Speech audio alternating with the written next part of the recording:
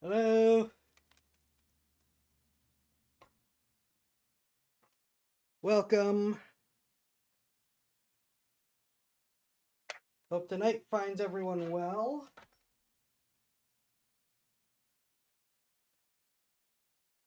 Hope the stability holds on the stream after all the stuff I messed with.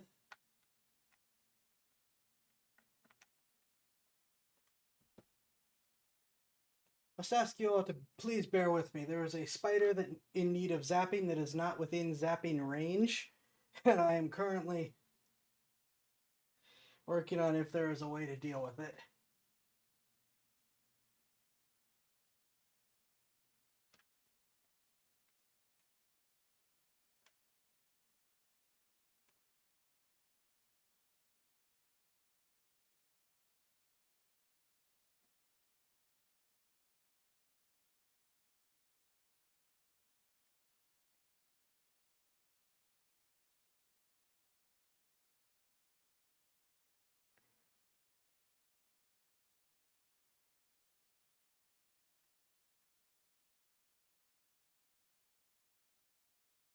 Kick is right. That should be fixed.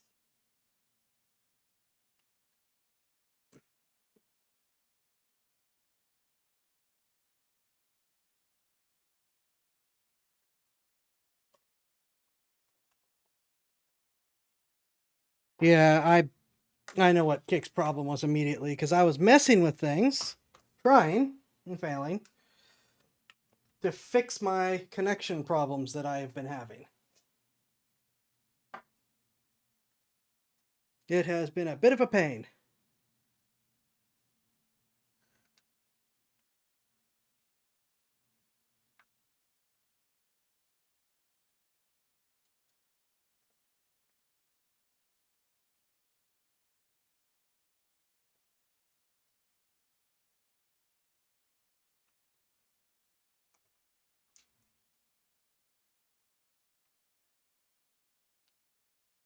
Turn on.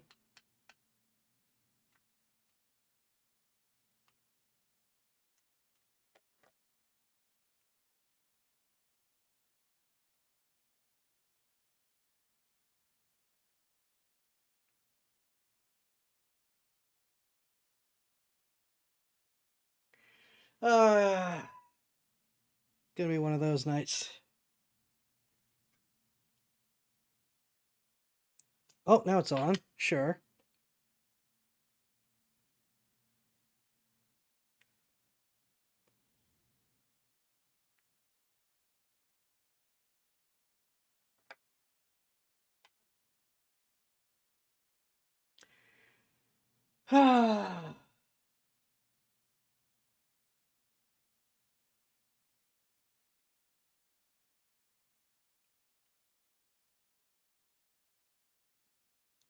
Everything's gonna fight me tonight, isn't it?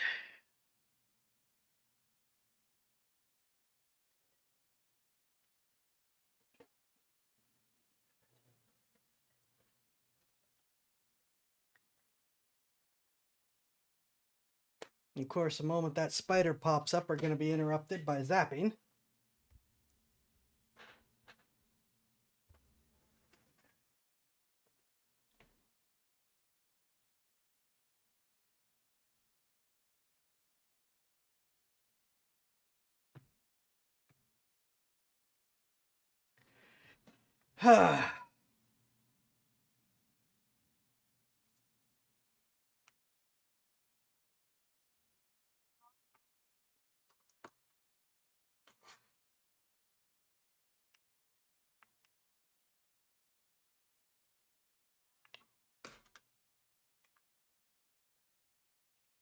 There we go.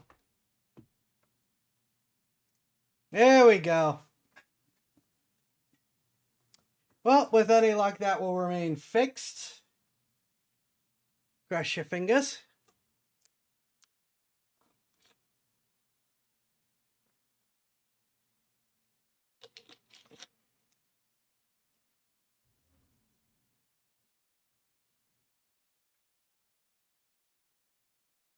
I don't know what you're talking about. So, busy night ahead of us. We've got some shorts and some videos, after which we will be watching playing Monster Hunter Stories 3. And then if that does not in fact have enough time in it, though I suspect it probably will, but if it doesn't, we will be switching to Minish Cap. I will be streaming tomorrow, and I will be streaming on Sunday.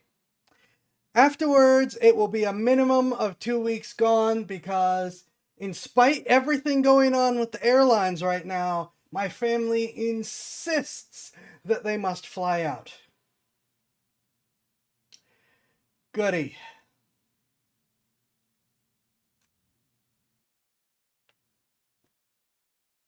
But we're getting it an extra day in the meantime. For now, though, we've got Brandon. Well, actually, no, we're going to start with Funny. Then we're going to move to Brandon. Then we're going to play some games. Then we're going to take a break and watch Funny. More Funny. / important. And then we'll see where things go.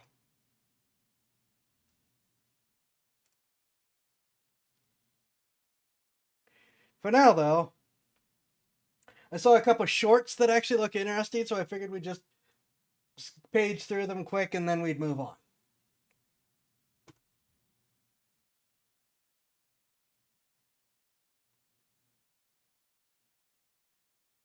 A few years ago, I built this small EMP device for jamming electronics. It works by taking the high voltage from what might as well be a taser and then dumping that energy into a wire coil that emits the resulting magnetic field. It's a pretty neat device, but it actually has a massive design flaw. You see, the coil I used was an inductor coil with a ferrite core that had way too high of an inductance. That made the current rise too slowly and also contained most of the magnetic flux within the core, so I should have used a simpler coil like this. But anyways, instead of just replacing the coil, I decided that now would be a good time to design and 3D print a new EMP gun with a look based on the pulse gun from Fallout. Hey FBI, NSA, and other law enforcement agencies, my EMP devices are for educational purposes, and I promise that I am definitely not a threat to national security. I used my brand new 3D printer, the Bambu Lab A1 Combo, to print my EMP. Do not use Bambu printers. Especially if you're doing this stuff. Bambu printers have a new thing where they must be connected online, and they will report you if they think you're doing anything like this.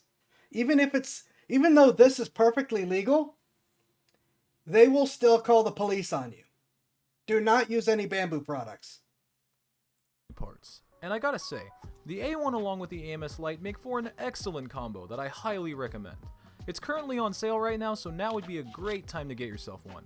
After putting it all together, I put it to the test against this calculator. And unlike my previous EMPs, which only reset calculators, this one actually permanently disabled the circuit. Yep, that's one dead calculator. Hey, so a few years ago I built this small EMP. I'm gonna check to see if he has any designs for that to speed it up, because I want one.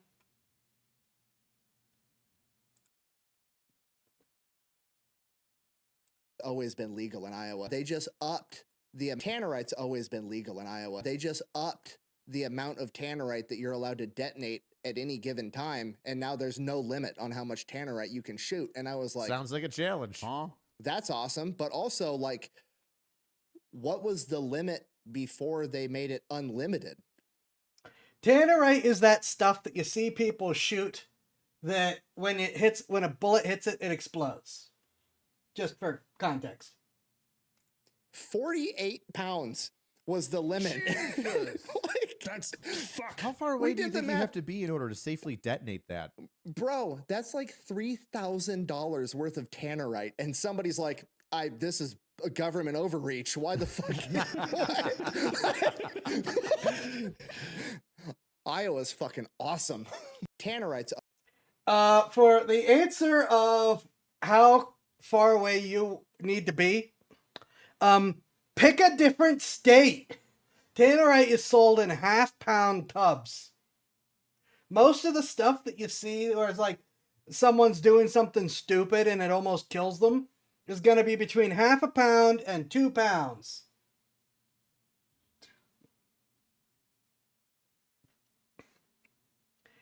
Yeah, 96 tubs is a terrifying amount of tannerite. That's like getting hit with a Big Bertha shell.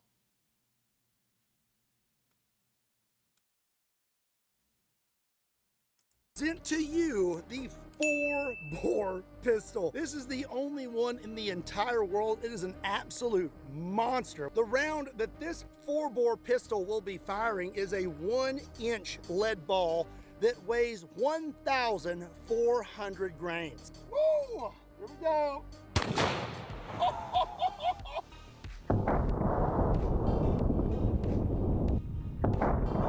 So about the term hand cannon. Man, I tell you what, the 4-bore pistol is nothing to shake a stick at. So up next, we have a Ballistic Dummy Labs zombie bust, and we're gonna find out what would happen if you encountered a zombie in the 19th century. Here we go. Oh, looks like I hit a little Just took high. the top section off.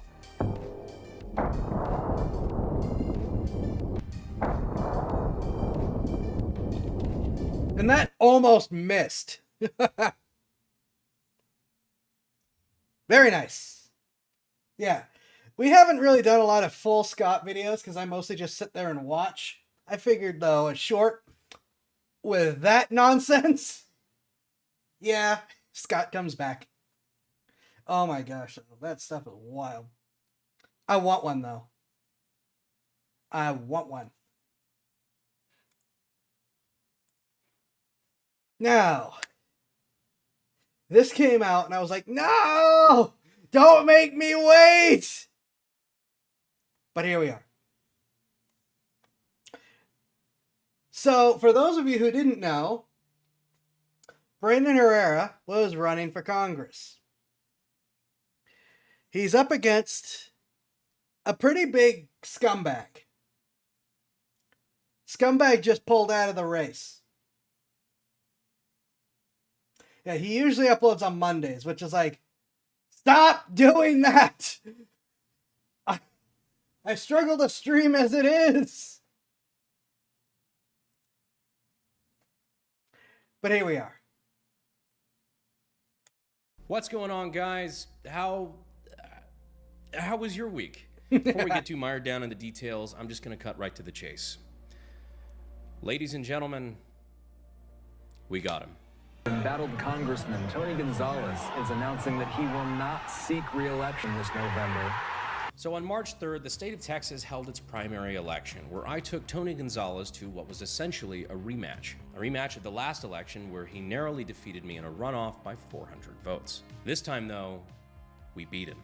Neither one of us got over 50% of the vote, though, so this was destined to go into a runoff election like it did last time. But I do want to point out that our performance in the first stage, the first primary, our performance was almost double of what it was last time.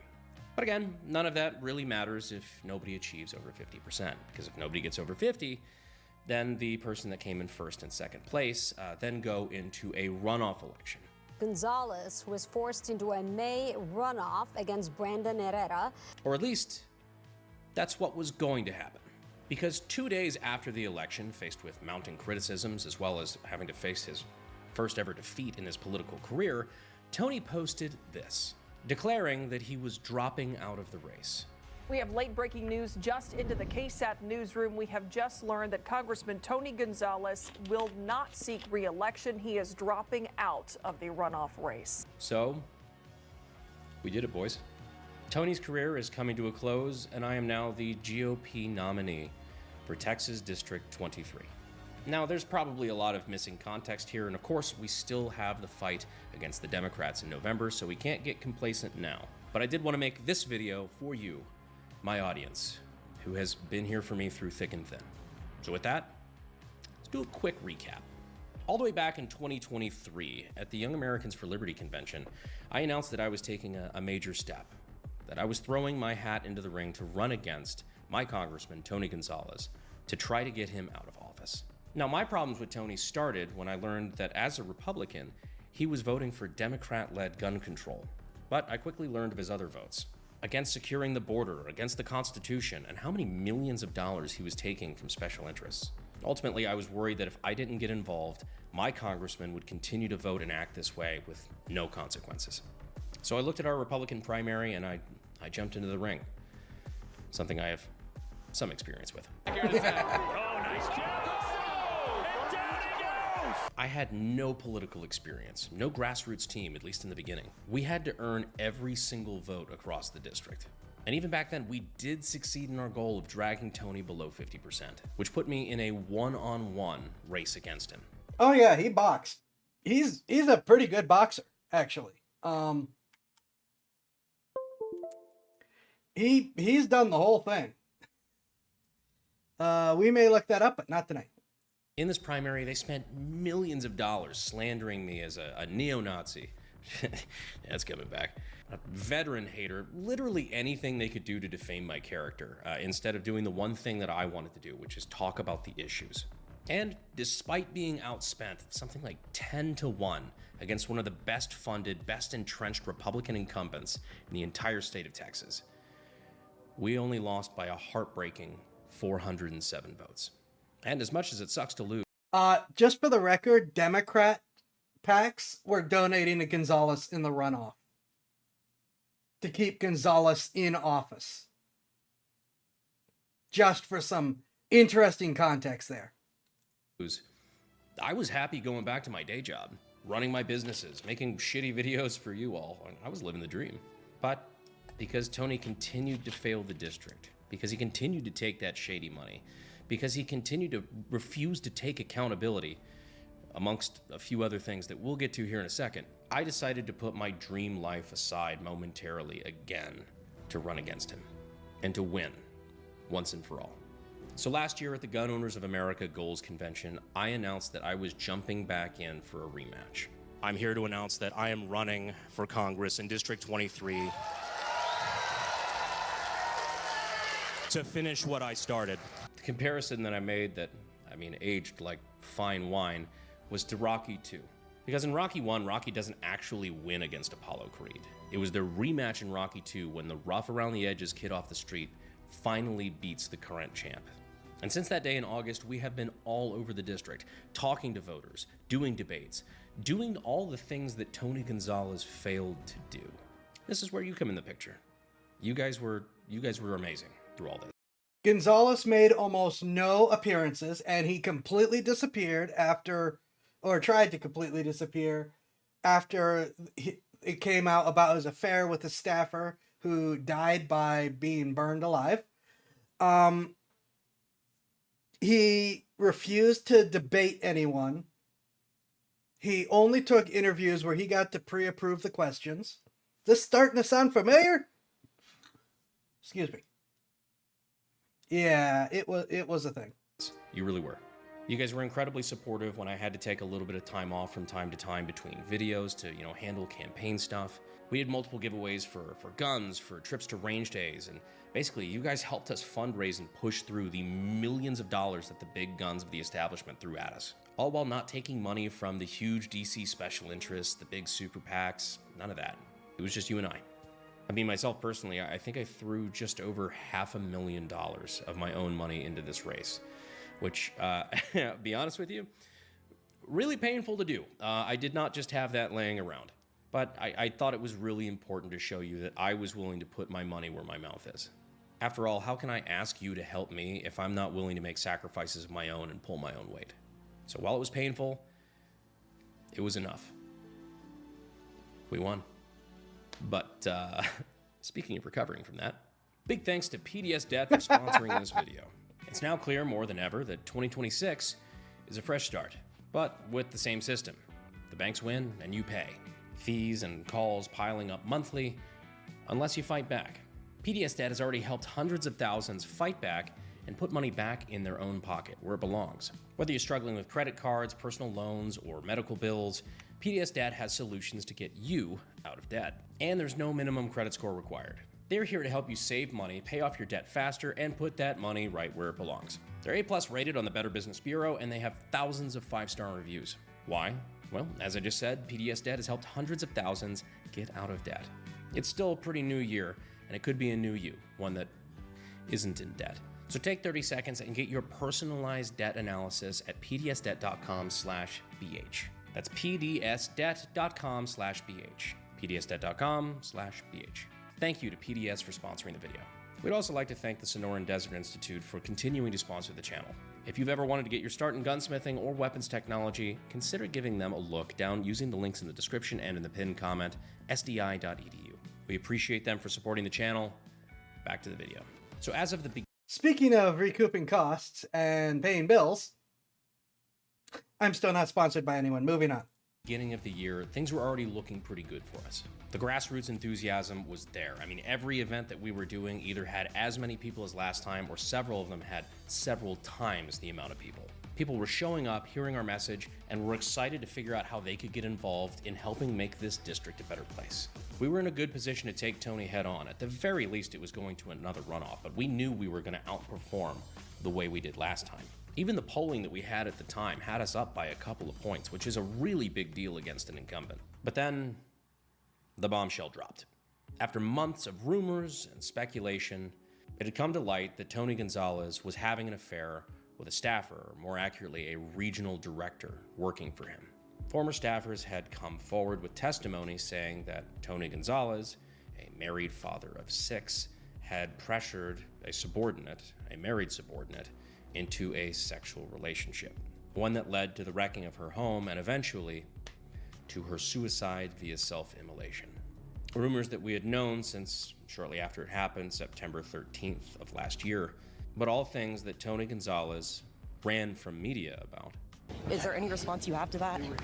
We're here at Fort Sam. We're here at Fort Sam here at the ceremony. Please have some respect. Thank I understand, but veterans fought for my right to ask you questions.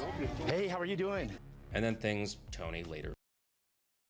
Her last words, because she was alive when they found her, were, "I don't want to die."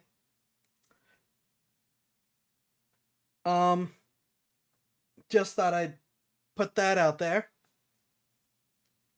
Lied about and denied. Gonzalez addressed her death and denied reports that they were having an affair. The rumors are completely untruthful. I also say, it's like, I don't know exactly what happened. From talking to his prior. And it was the investigation into her death is not being released because it was done by the Uvalde Police Department, who Gonzalez protected after they let all those kids get killed in the shooting by refusing to go in and by keeping parents from going in and threatening to arrest parents. Staffers, these were rumors that I knew were true for months. Now, I'll be perfectly honest with you. I knew about Tony Gonzalez having multiple affairs since last cycle in 2024. I never attacked him on those because I thought it was important to attack only on the issues. I have only ever run ads against Tony on policy because I think that that's what matters. That's what our district needs. We need somebody who's policy focused. Meanwhile, he only ever ran personal smears on me. But this was a bridge too far. Now a young woman is dead. He was the subject of a House ethics investigation over breaking House rules from pressuring a subordinate into a sexual relationship. And on top of it, the cardinal sin, in my opinion, he lied about it. He lied to the voters, he lied to the media, and even beyond that, he called me a liar for telling the truth. I can stomach a lot of things, but you do not defame my name, you do not call me a liar, especially when both of us know that I'm telling the truth. So that renewed a passion for this. Not only at this point was Tony a bad congressman, but at this point, he was a wicked man who needed to be removed. And It became personal with me. And so we did events in every single county in the district, talking to the voters, hearing their issues, doing the debates. The debates that I might add, Tony never showed up to, predictably. Tonight I have a debate for Texas's 23rd congressional district, where I'm already predicting Tony will not show up to this debate because he's a baby back bitch coward. But all of this was to defeat the odds and do the thing that people told me was impossible for somebody like me to do from the start. Defeating a sitting congressman, especially without taking big DC money or changing what I believe. But on March 3rd, we did just that. This was the first political loss of Tony Gonzalez's career. And now, of course, when the affair story broke and it was very clear that Tony was lying and running away from it, I mean, it was very clear. I am not going to resign. I work every day. I work every day for the people of Texas. But are those text messages, are they accurate? Are those real text messages? I'm not going to resign. I'm not going to resign. The White House, House leadership, and Tony Gonzalez himself had all said that they were going to let the voters of Texas decide what to do about Tony. Well, they did. He not only failed to clinch the nomination, but he lost to, well, us. So I was prepared to go into a runoff. It's not my first rodeo. It's in fact my second rodeo. So with Tuesday night being the election night, on Wednesday morning we were already having meetings about what we needed to do and the things we needed to put in place to take this across the finish line and beat him once and for all. Or so we thought, because Wednesday night, Tony finally came clean. He at least admitted to lying about the affair. Was there a relationship with this young lady who was working in your office? You know, very, very direct, Pags. I made a mistake, and I had a lapse in judgment. While also throwing shade at me and Regina's husband. So again, kind of like a little bit of a lack of accountability there, but at least he admitted to lying about the affair part. The real thing that bothered me about this was not only the counterattacks against other people, but just the genuine lack of remorse, especially using the idea that God has already forgiven him, so you should too. I've asked God to forgive me, which he has, and my faith is as strong as ever. Look, I get the idea of asking God for forgiveness, but I didn't know that this was a two-way radio. I didn't know that when you become congressman of District 23, the Ark of the Covenant is one of the perks. But anyway, yes, he goes on Joe Pags, a friend of ours. We've been on his show before. Yeah, that's not how it works. As someone who has read the book cover to cover multiple times, that's not how it works.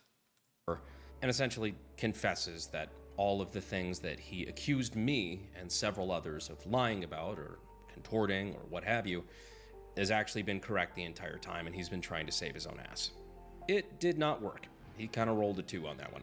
The very next morning, Speaker Johnson and the rest of House leadership, including the NRCC, all got together and asked him to step down. Or at least in this sense.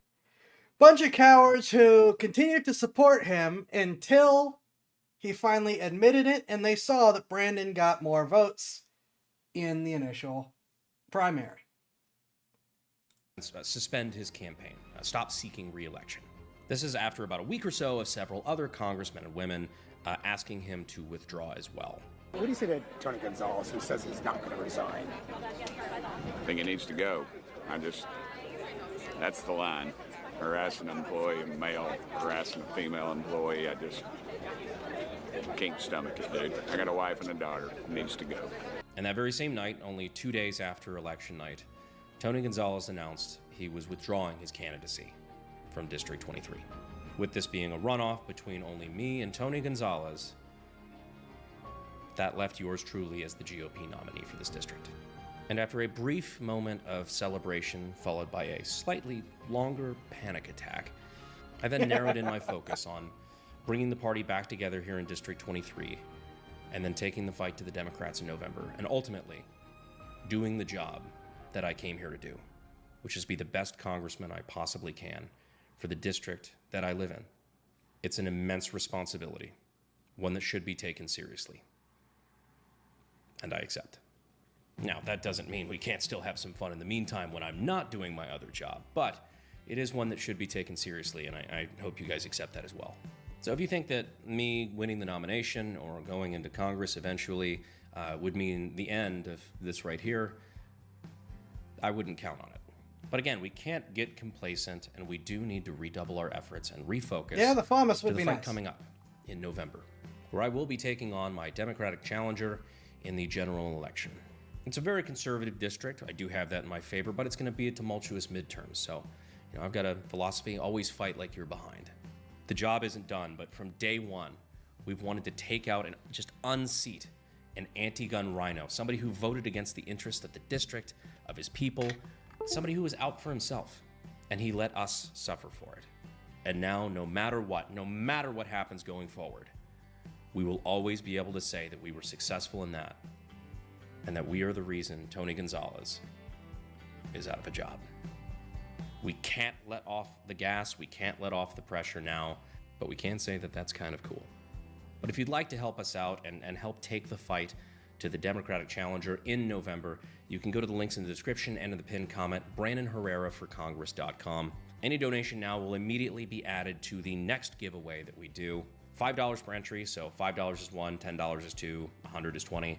And let's keep this momentum up, because I'm very much looking forward to see what kind of trouble we can get in DC. The good kind of trouble, not like the insider trading, Little St. James Island kind of, what they normally do. Although apparently a lot of DC's okay with that. Anyways, I know that I've been quiet for a few days. As it turns out, I've had a lot of things going on, a lot of phone calls to make, a lot of meetings to have. But we're on to the next step. And I genuinely mean this from the bottom of my heart. I would not have been able to make it this far without you. So I wanted to take this time aside. I literally have to get on a plane in a couple of hours. More meetings, more things to come. But I needed to take this time to say thank you. This is only the beginning. And trust me, the Democratic slander machine is already going full panic mode against me, which has actually been very funny to see. So maybe... Note, apparent is not the same as alleged. A lot of people and multiple lawyers have said he has a case here. Maybe we'll do a video refuting some of that. I don't know. We'll figure it out. It's been laughable thus far. But for now, I appreciate all of you guys. I appreciate everything that you've done and everything we've been able to accomplish together. And with that, my fellow Americans, he absolutely should. See you in the next video. But you're right, he probably won't.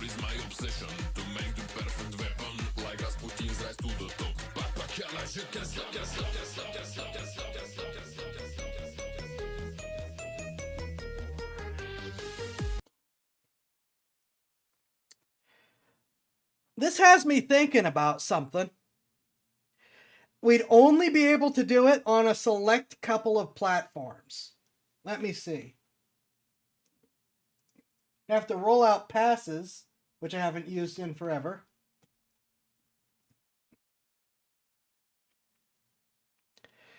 We could probably do it on Odyssey.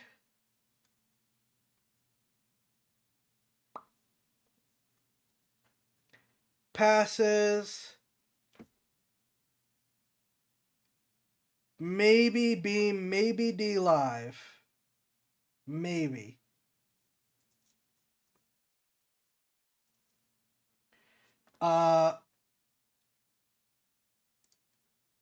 Have a watch party of a Robin Williams movie called Man of the Year. You're going to want to watch my Discord and socials to see what I can get figured out tomorrow before the stream time to see where and when I think I can do that. Because that's a thing. Actually, hold on, wait a minute. I gotta check something right now. We might be able to do it everywhere. Let me see.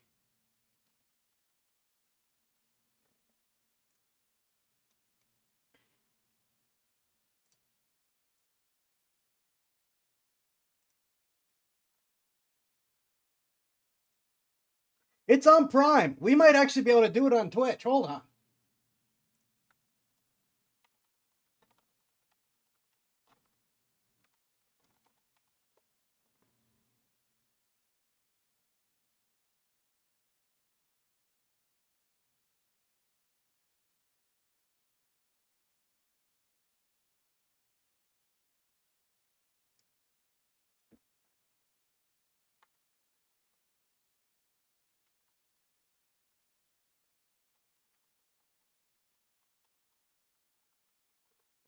Let me see.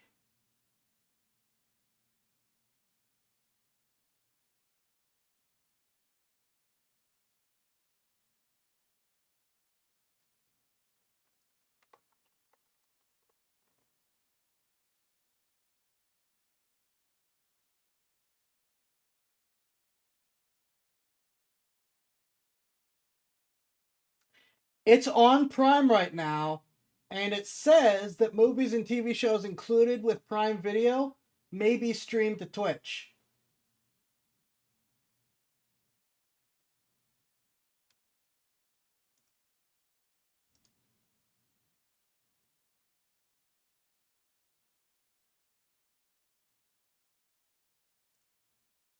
So I'm going to double check this before I say for sure.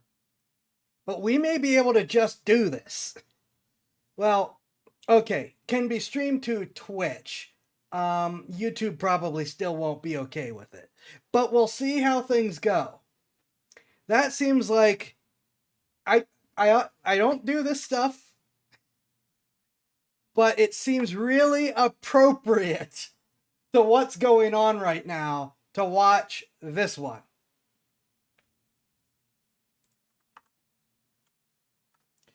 But we will have to see. Like I said, I want to confirm that, and I'll throw it up on the Discord and the socials before I say for sure. But I want to see if we can do that if we can. This is going to be very last minute. It's going to be very harried, but we're going to see what happens. So we're not going to watch this yet. We're going to take a short break. I'm going to switch over to the new Monster Hunter Stories demo. I'm not paying $70. And then we will and then we'll come back to this after we do that for a little bit. So be right back.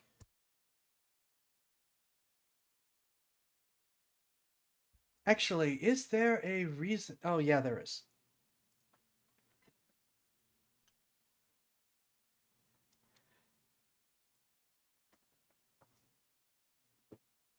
All right, wakey, wakey.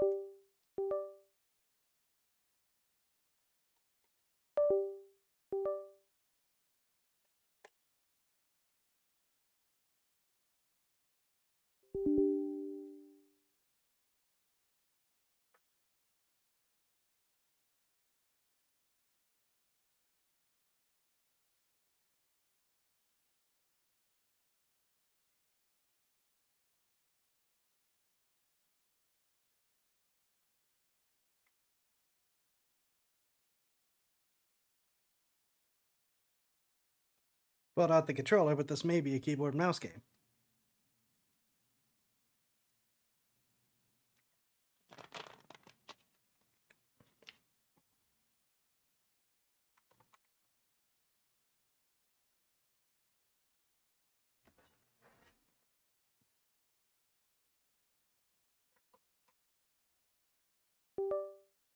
Connecting the keyboard and mouse would be good.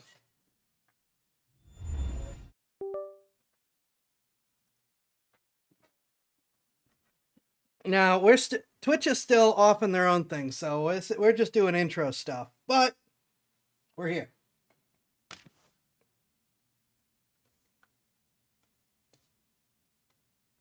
Oh, maybe this isn't a keyboard mouse thing.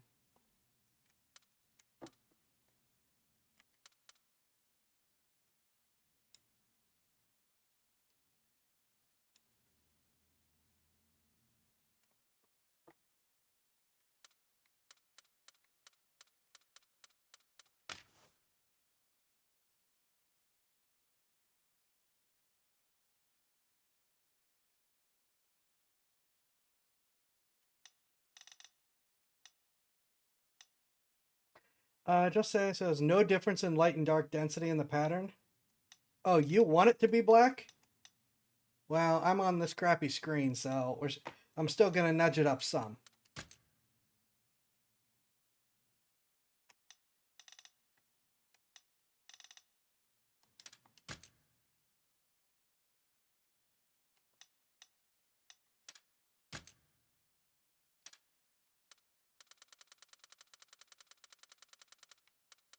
We're gonna say I'm 30.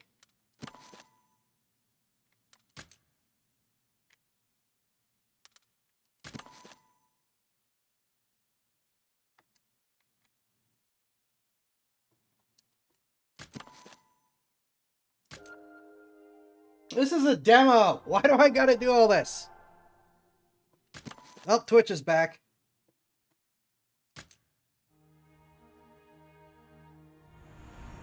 Oh, hi, it's Mondstadt. That's Mondstadt, isn't it? From, Genshin Impact?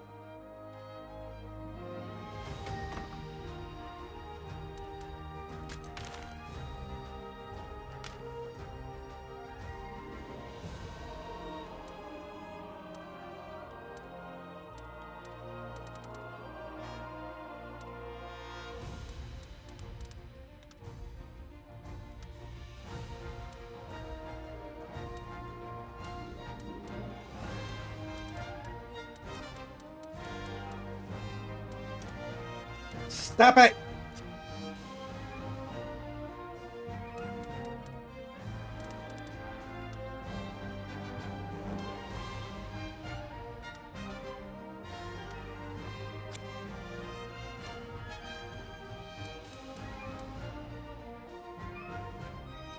Believe it or not, this is my first Monster Hunter game anything. Like, I own, I think, 2 or 3 Monster Hunter games. I've just never played them.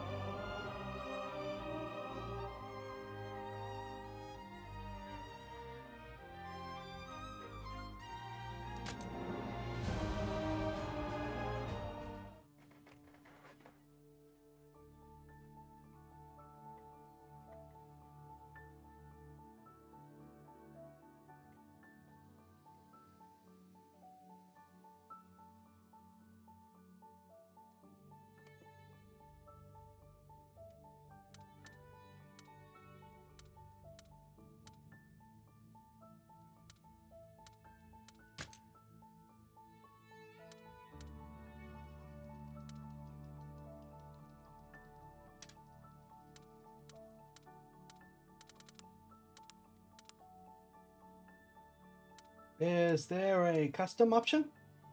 Ooh, I like that.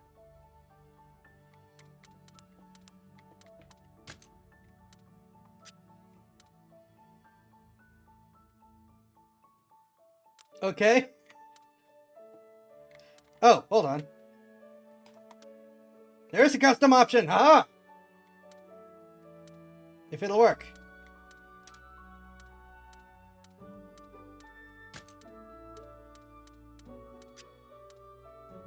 We can leave that there.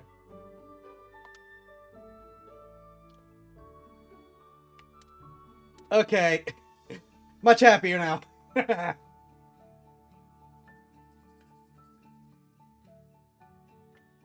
I mean, I would have understood if they were just, it's this or this and some basics. But we know me. I like my customization. Admittedly, it's a demo, so I'm not going to go too bad with this.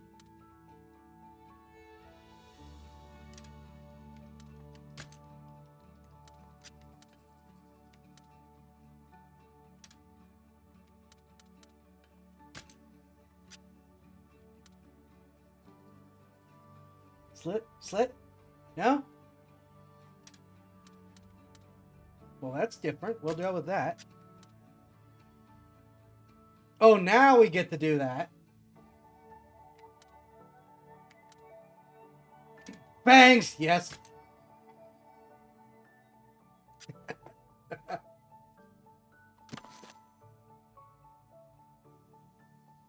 Preset custom or monster hair? I'm sorry, what? Checking on the spider.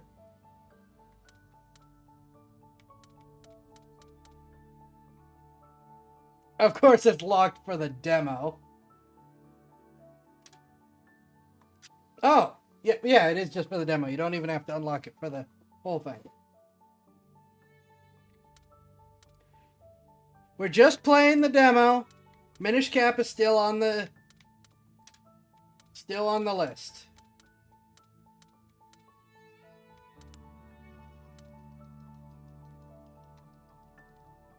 Ponytails. Oh, okay.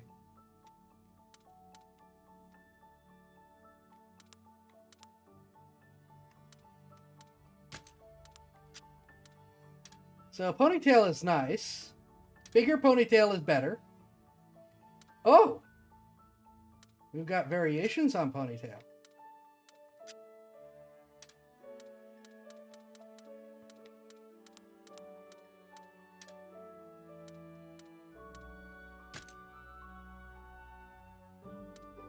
You don't get a lot of the lower ponytail, so we're gonna do that.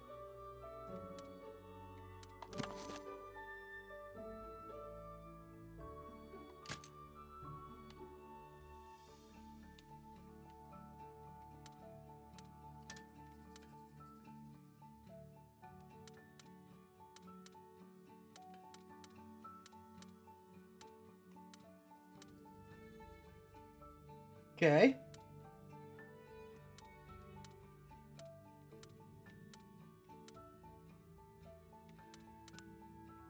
Oh, okay. And then we get some of the crazy ones.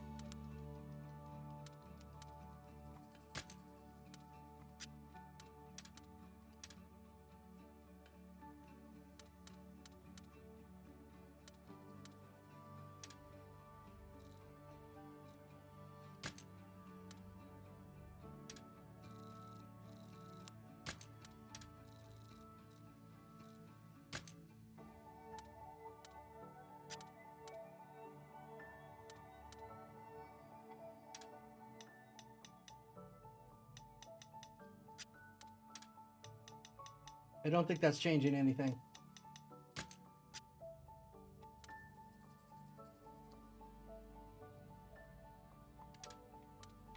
Do we want to add more?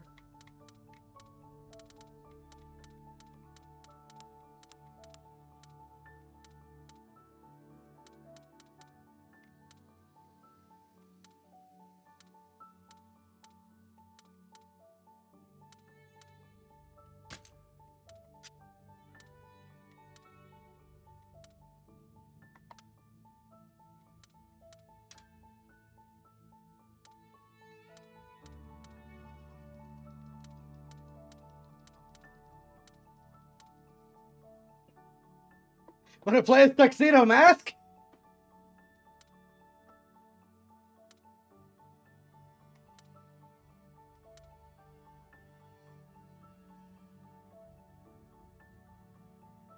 I think I know what we're gonna do.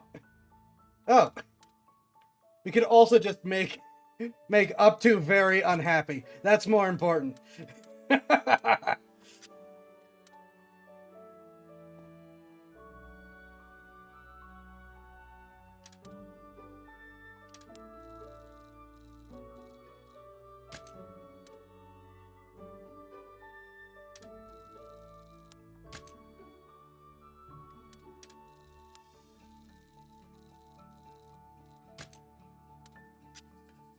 Be nice if they let us do more than one, because I would still like the eye patch. But annoying up to is more important.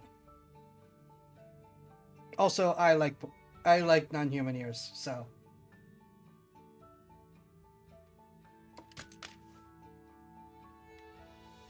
Let's do Yeah, let's do default. Play is a cute name.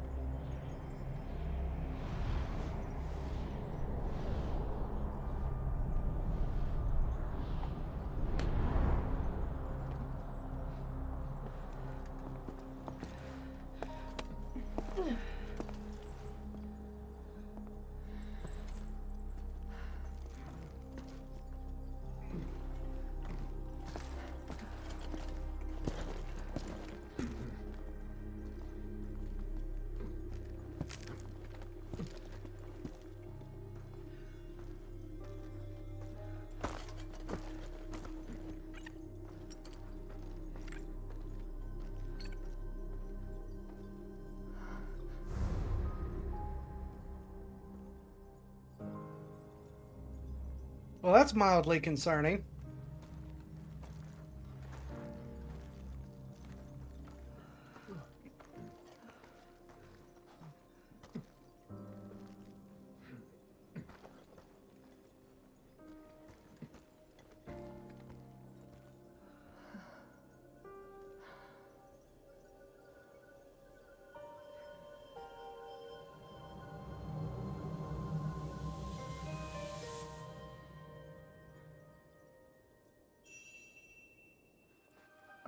Oh.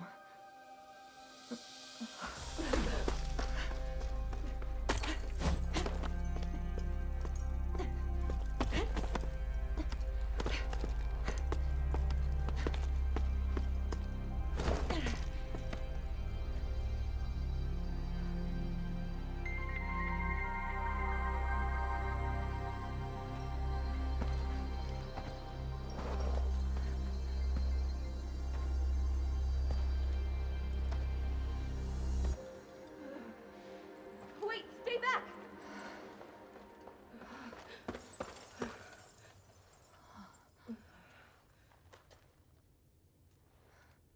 Queen Amara.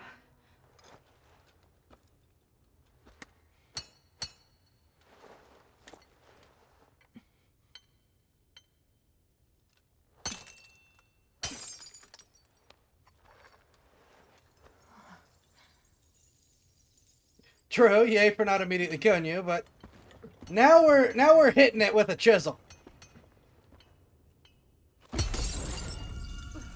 Yep.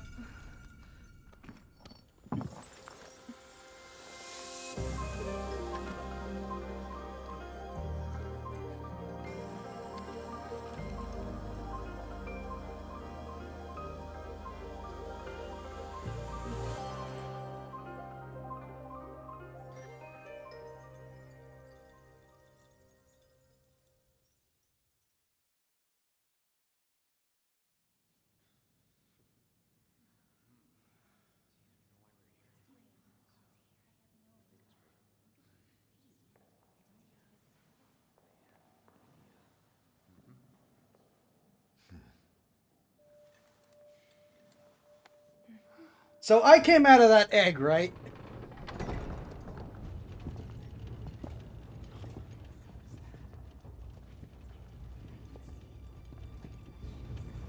That's where this is going.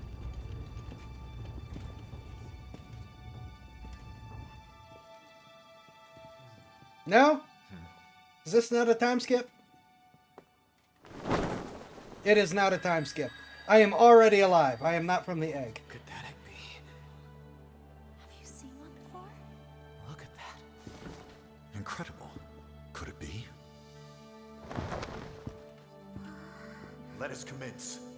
The rite of emergence.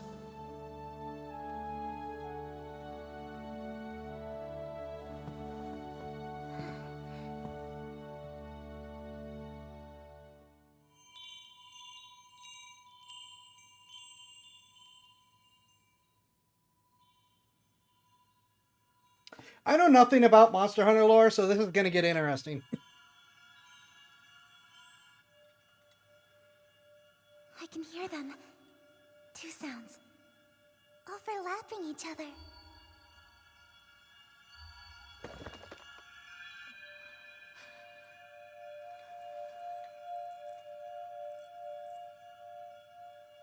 There's one.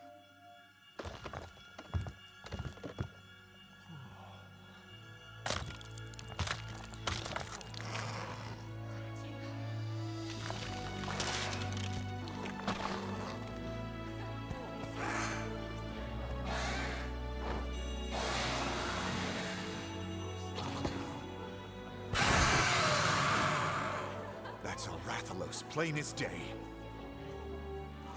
It's a miracle. An extinct species here in our kingdom. And two.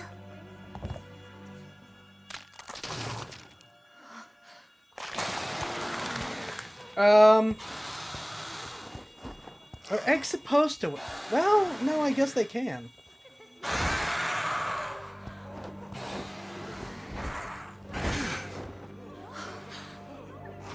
They're Twins. An ill omen indeed. And look at their scales. Like those of the accursed sky scale Rathalos.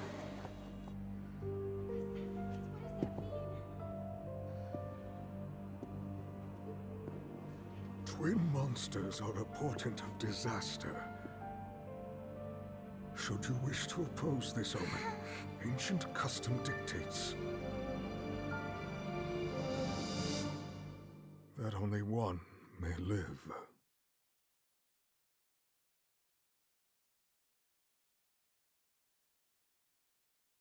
Yeah, I'm keeping both of them. They are now my pets. Enjoy.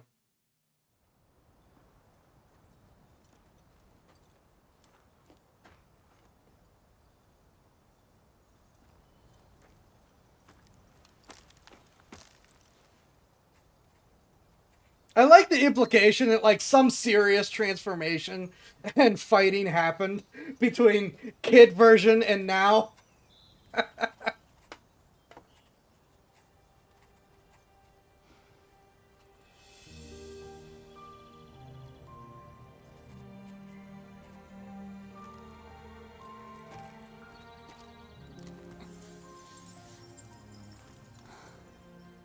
I will be both your Link and Princess Zelda for the evening.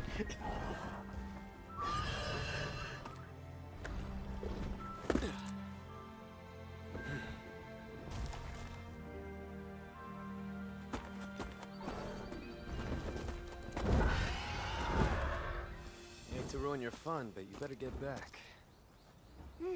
Just give me a second. She is still pretty cute. This monster is a rare specimen. For all we know, it could have been the master of this forest.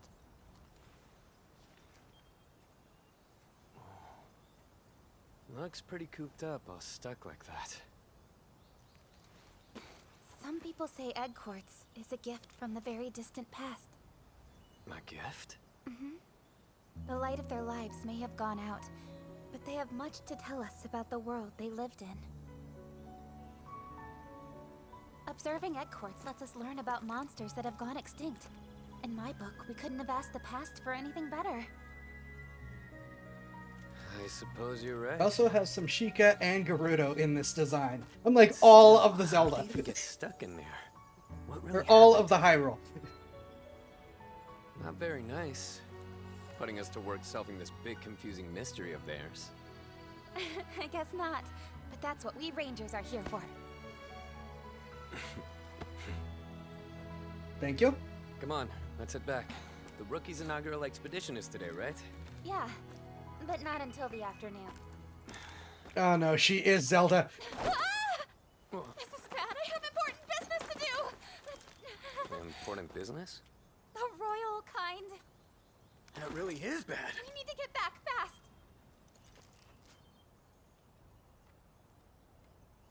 Come on. Oh no. Ah.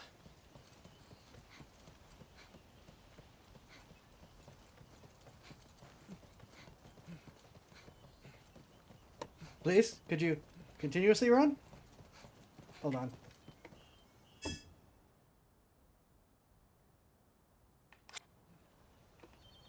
I want to explore this. I will explore it later. I got to keep on yay. No options?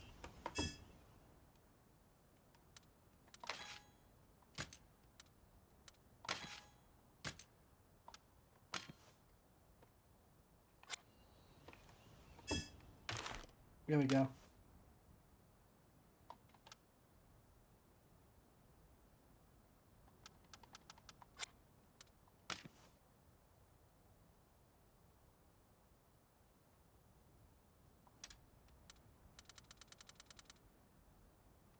Nope, it does not have a toggle option.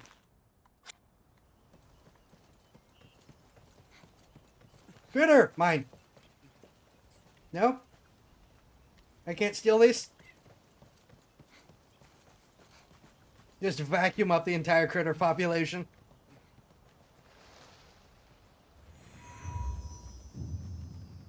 That is just Mondstadt. I'm sorry.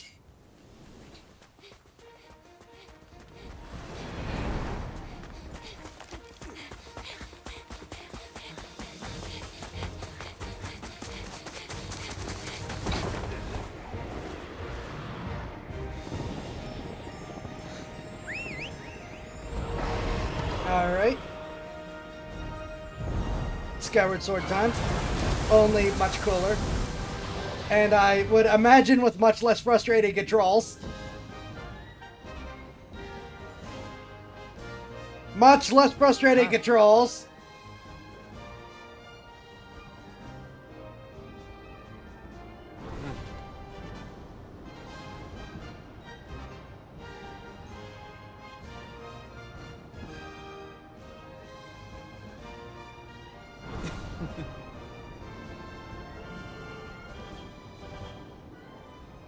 Is there no flap option? Do I just have to glide? Hey. I think I just have to glide.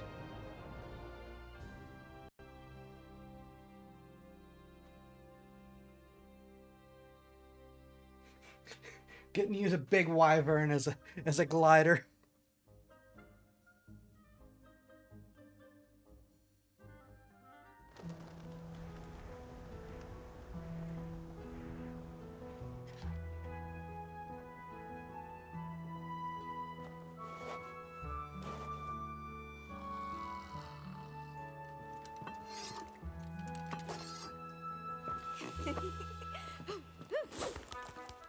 I was about to ask. I thought cats were this franchise's thing. In the air? Can't say I've seen her.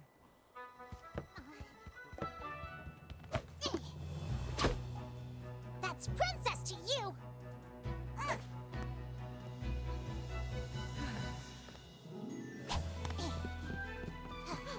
I will be your snarf for the evening. Where in all Azuria's her highness? Oh, keep it down. I'm trying to sleep here. Little lady is elbow deep in egg quartz as usual. That lady's her princess! And when is she expected to return? For tardiness, she should be back soon enough. Okay, so he's not gonna like us, right? That's your princess, you ruffian rabble of robes! Here she comes now! Hey, Captain!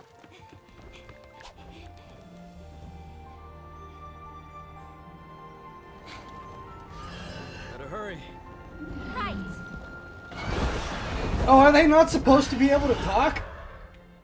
This is my first Monster Hunter game, so I wouldn't know.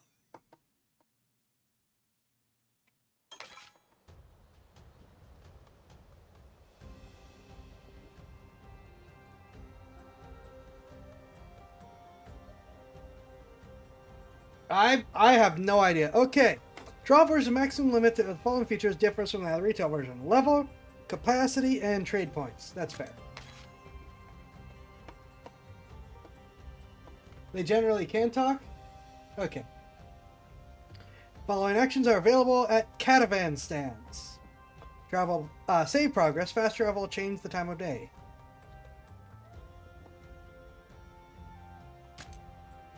Well, yeah, but they could be intelligent but not be English capable.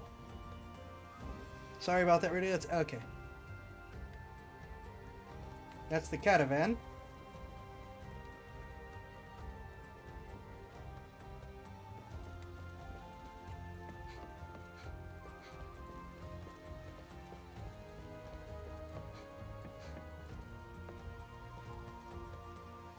Ogden. Hello there, milady. Heading for an audience with His Majesty? Sounds like a headache. Me, I've got an audience with the rest of my nap. Don't wait up. You were seriously checking on the egg quartz again? End up late. Don't come crying to me when His Majesty tears you a new one. Hey there, Highness. Figured you'd gone to study egg quartz. His Majesty is waiting for you, isn't he? Yes, I guess you head to the palace. This is just going to be everyone telling me to go, isn't it? Hey. So laser focus on egg quartz. I just couldn't interrupt you. Guess I should have said something earlier. Better get back to the king. Just checking on if that spider came out of hiding.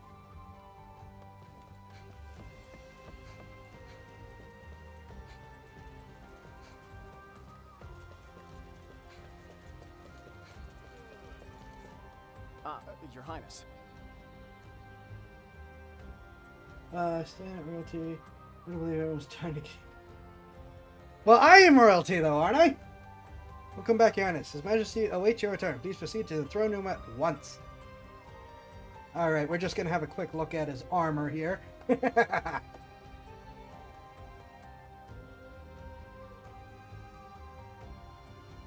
Okay, that's actually pretty good. He's got like a real gambeson on.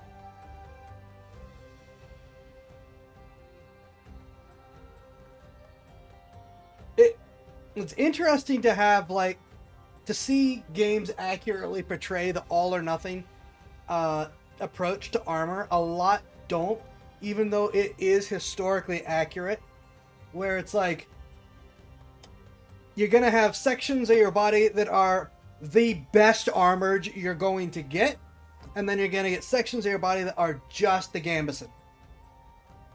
And that's done because of practicality for weight. This guy is just wandering around as a guard, so he doesn't need to be in full plate all the time.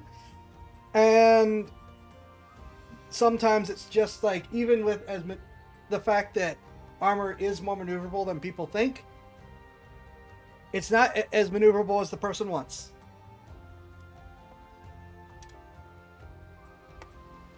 This is, I think, a good example of practical armor.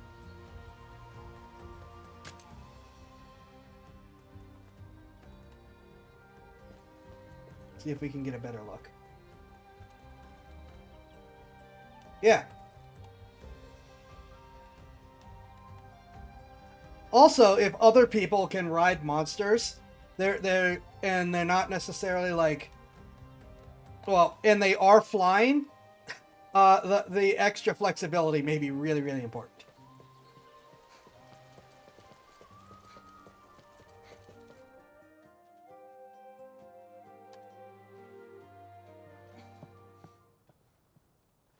Your Majesty. Come forward. Yes. Please forgive my delay, Father. How go the Rangers, then? Have you made any progress with the encroachment? Not yet. Nevertheless, our research continues to bear fruit. This morning, in fact, we discovered egg quartz at a new location. Just like 200 years ago. A harbinger of conflict to come. Conflict? They speak of the Rift War, 2 centuries ago. Records from that era note the appearance of crystallized monsters. And this has relations with Vermeil Frey. Forgive me, Your Majesty, but this resurgence, it cannot be coincidence. We have called you here to update you on their movements. We have received tidings of Vermeil mobilizing arms. What? The Rangers, too, may well be forced to take up arms when the time comes. Stay at the ready. At the ready? The Rangers aren't a combat force. They exist to research. They exist for the kingdom. And you are the sole Rathalos rider in Azuria. Should the need arise, you will be tasked with duties only you can fulfill. Yes, sir. We have organized talks with the Vermilion envoys. You will attend as well. Me? Your Majesty, are you sure of this? What about it? It's just... If I may, Your Majesty, the Vermeil situation is rather delicate. Our front relations have reignited protests over the incident from 10 years ago. Some denounce the actions of former Queen Amara, the Vermilion who married into our royal house. Entangling the princess in these political machinations will surely endanger her. No matter. This is an order, do you understand? Yes, Father. We shall summon you again. You may go. By your leave. So, not in trouble for being late, in trouble for other reasons. And that means that the queen probably took the other Rathalos and went. Yes? Rather than kill it?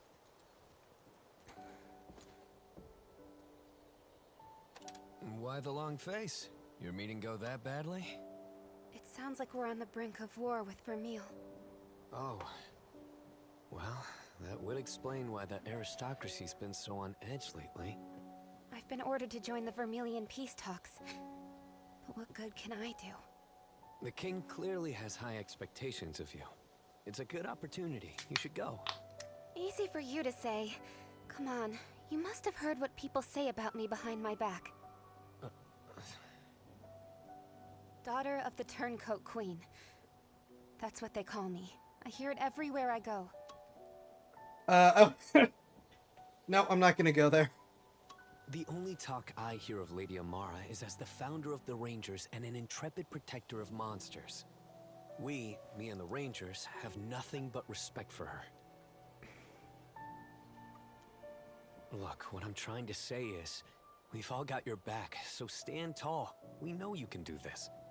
Thanks, Simon. Now come on, we've got a job to do. That rookie isn't going to train herself, Captain. Right.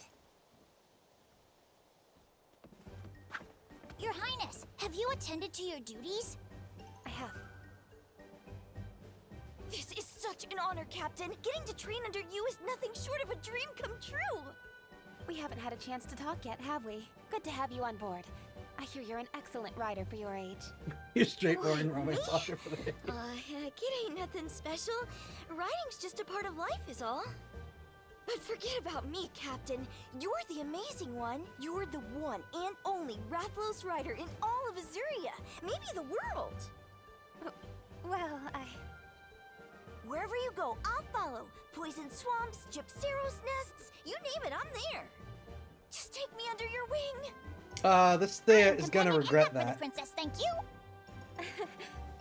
Right, listen up, recruit. Our first stop is Blightstone Woods. That's where we'll begin. Your inaugural expedition is meant to show you how we Rangers do things. Which means we'll surely be encountering monsters. You'd best prepare accordingly.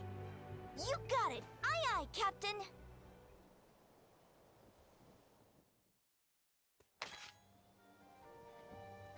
The base is where the Rangers gather. Here you can have a meal at the Ranger Mess and access the chest to perform various functions.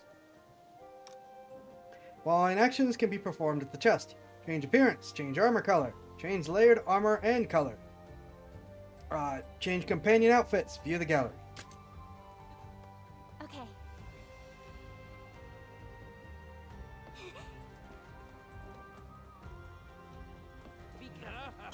Yes.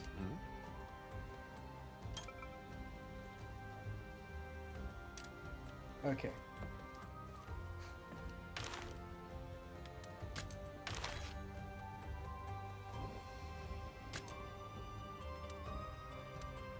So I must have this outfit.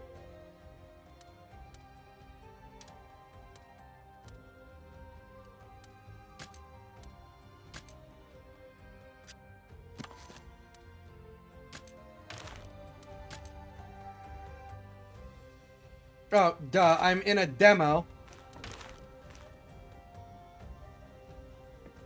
Where do I go to have the meal? Aren't like meals famous in this game? Series, franchise? I'll give it my all.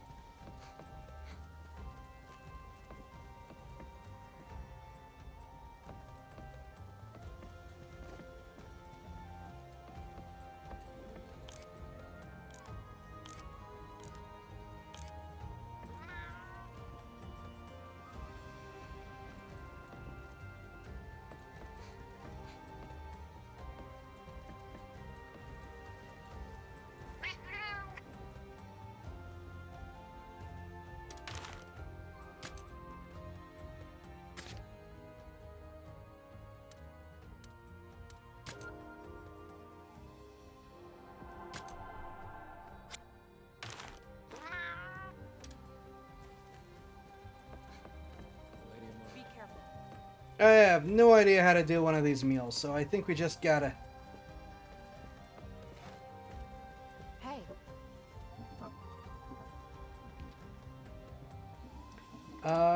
She doesn't actually write it? I see. Better do what I can to separate fact from fiction. Okay.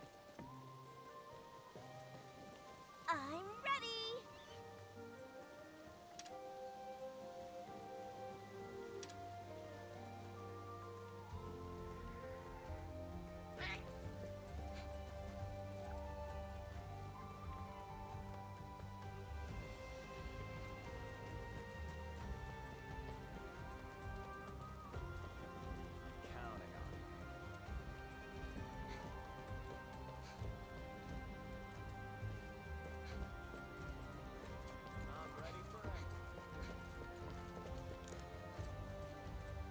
I think I'm going this way.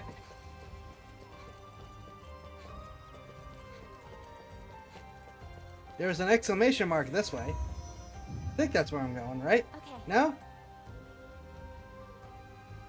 Okay, yes.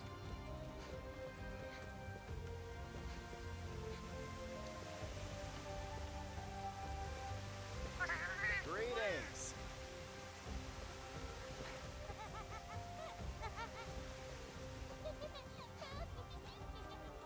That's just a dinosaur.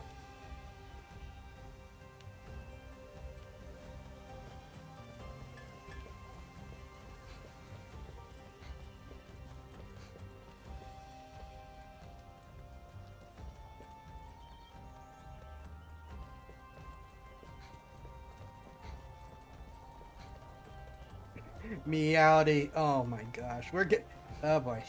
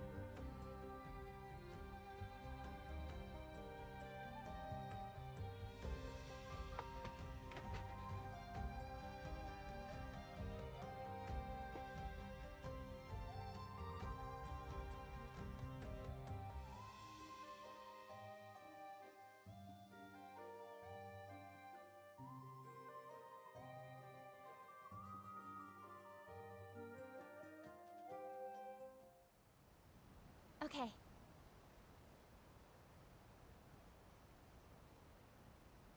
Right okay.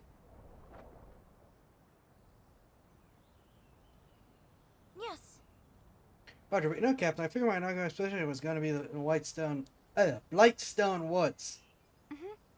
Right you are. I'll explain in detail later.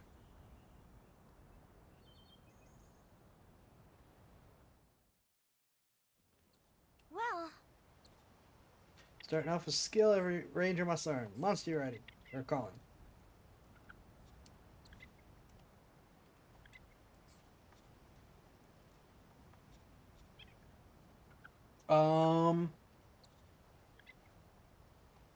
There we go. Okay, so this one showed up fast.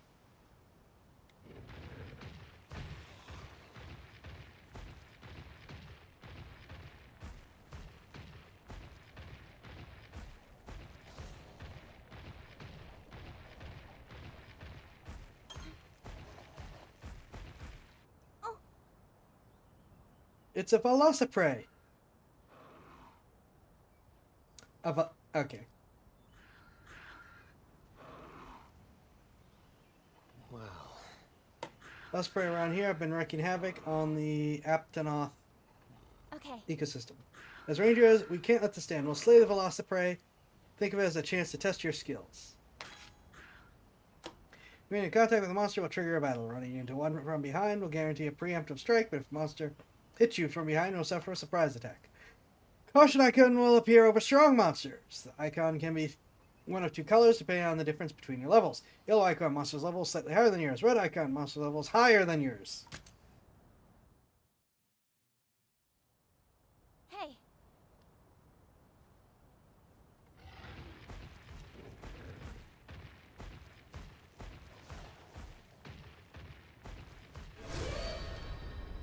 Let's give it our all. All right. Hey. This is a turn-based game? Young boss player is aiming for you, Theo. Why don't you try handling this by yourself?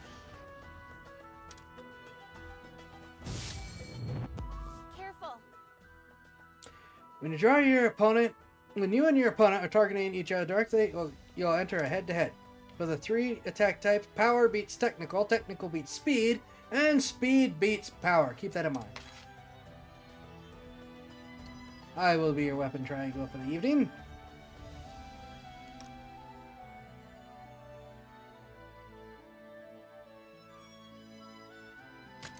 Keep it up.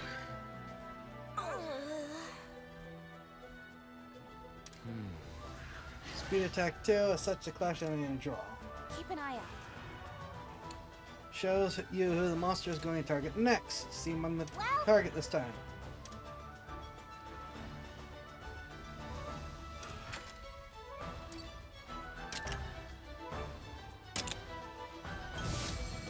Ow! Help, Captain! Okay. Did I read its moves like a pro?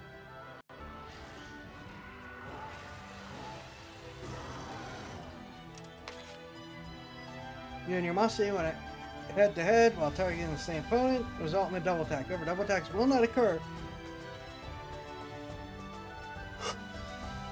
Marauder uses skill. Double attack effects. Deals significant damage to the opponent and greatly fills kinship gauge. Stops the opponent's attack. Nothing, no catchy have attacks. What type advantage against Velocipede, do they? All you need is belief at times like this. Just have to switch monsters. Come, Your Highness. Command your Yon Kutku out into battle. Selecting monsters orders will allow you to choose which skills monster uses and switch out monsters during battle. Can only be switched out once per turn. Act on their own without need for direct orders from you. Later must act on its own will fill kinship gauge slightly faster than when given orders. Well,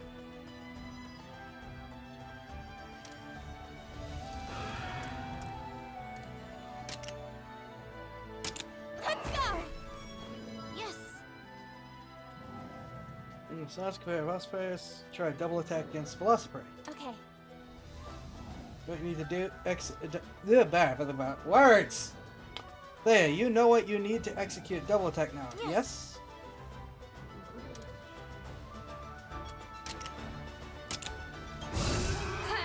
Got him! We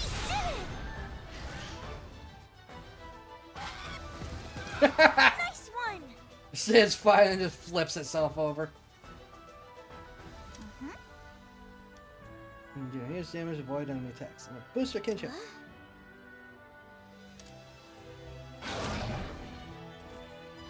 Seriously?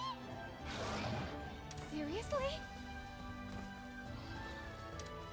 Okay. So, listen. Okay, skill time, stamina. Careful. It may recover naturally, but careful not to overdo it.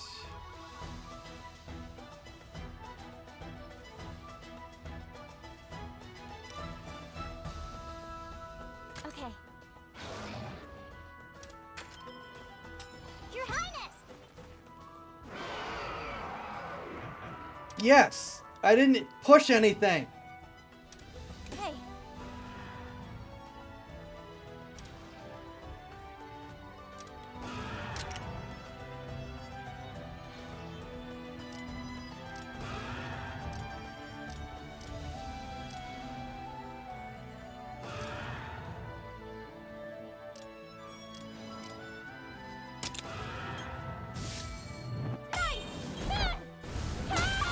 You did it! Those reduce monsters' Wyvern Soul gauge. This makes it much easier to slay monsters. Make sure to plug away at those Wyvern Soul gauges. Okay.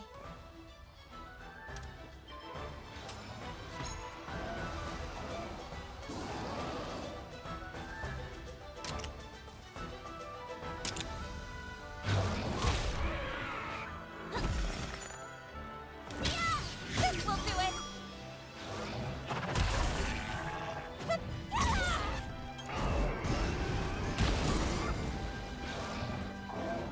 So we're just bullying this thing.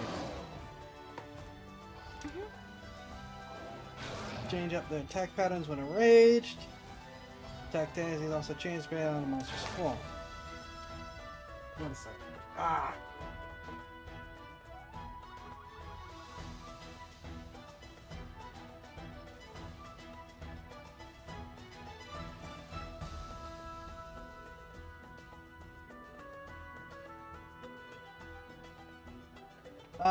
Transformation of battle. Whenever attacks change.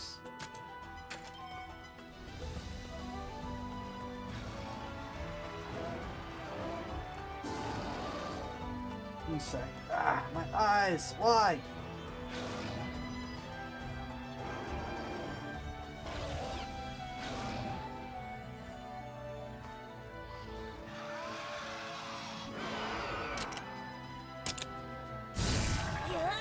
I'll take it!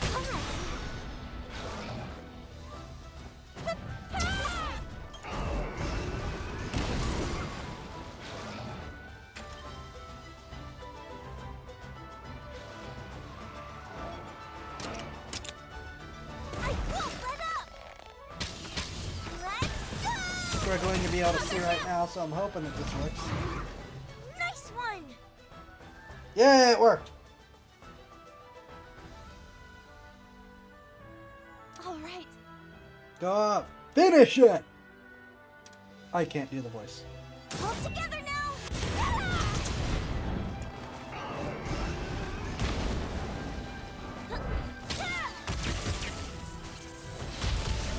How about this? You did it!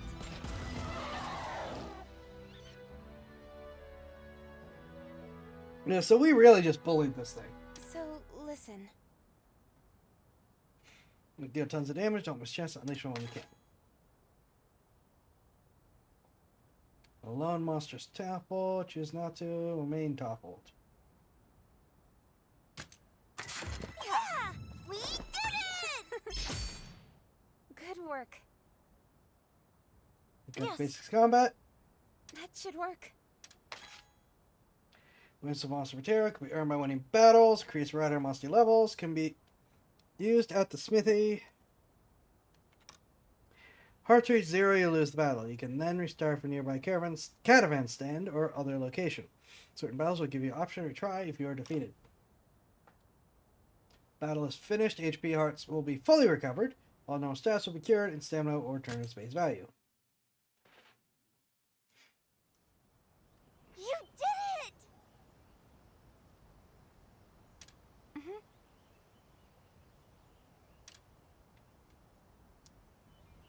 I'm glad that was turn-based for my eyes.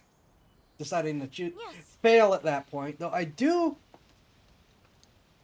think it'd be interesting to have been real-time like what I've seen other people do. Well...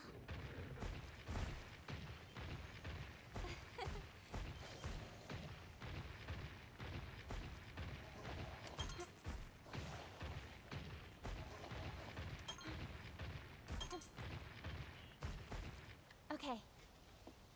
Here we are at the overlook. Now head up to the lookout point. I thought Ratha couldn't climb lookout points. Correct. I bought a Toby Kadachi capable of climbing walls. Switching between monsters lets you go all sorts of places.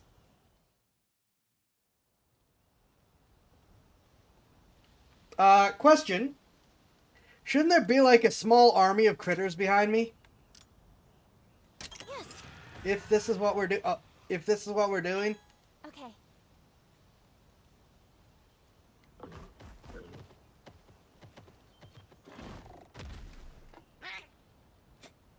Greetings, Leia. And I suppose this is the fresh face to the Ranger ranks. Yes.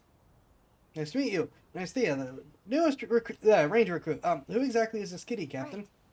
This is Explorer Finn. They travel all over the world, drawing up maps wherever they go. Precisely. We chart maps at lookout points across the land. If you talk to one of us, we'll happily hand over a map. Speaking of which, here's a detailed map of the region I surveyed. Fitting gift for a rookie setting out for an inaugural expedition. A map of the surrounding area. Thanks so much. Having a map like this will make visiting a new place super easy. By the way, Incidentally, allow me to instruct you on how to use lookout points. Can I borrow your spyglass? Why, it would be my honor. You should be able to observe the path to the woods from the spyglass.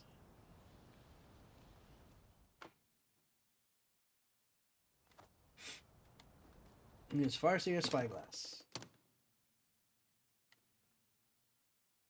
Let's see. Now, where's the entrance to Blightstone Woods? Let me try looking around. Look to the right first.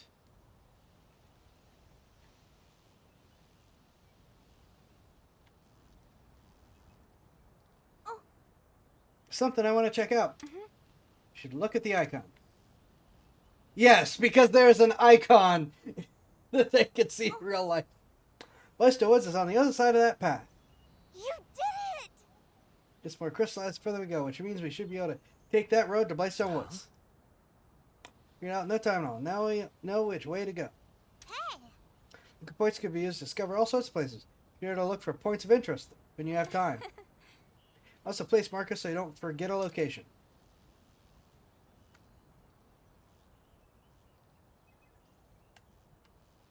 Well, those are interesting. Whoa, treasure chest.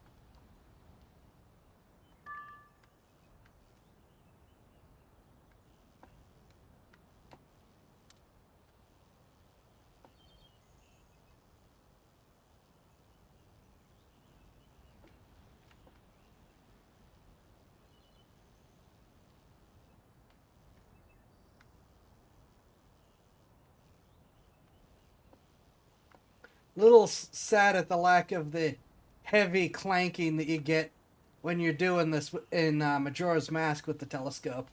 Ooh. what's this? Go point east Azuria. That monster is, well, it's white and fluffy.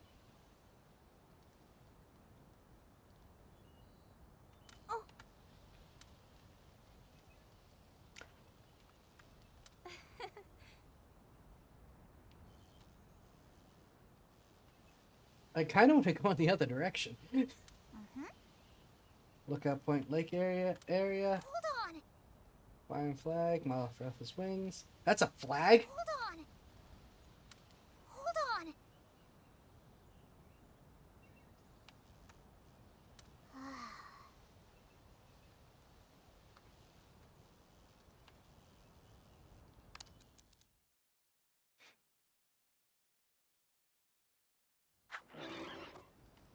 All right.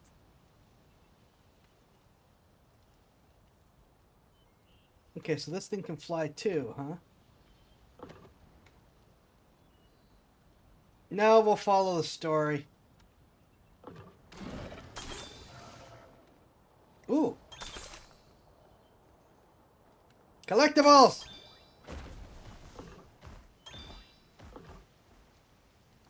What's this? Something that might come in handy. Indeed, treasure chests!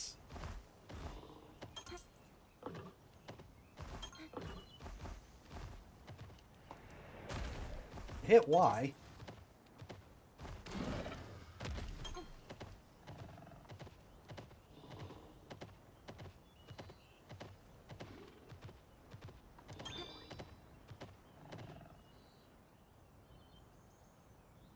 Oh? A tree is ripe for plucking. Maybe we could do some gathering before her inaugural expedition. Sure could, although grabbing fruit for such a tall tree would be a real... A monster at times like this hit the tree. The breath or melee attack to make it drop fruit you can gather. Right, well, I've already been gathering. These require trade items and trade points. Gathering trade points can be exchanged for items. See Ratha's breath attack. Alright. System. Here, Arthur, we'll show you how it's done. B for melee attack. Breath, right trigger.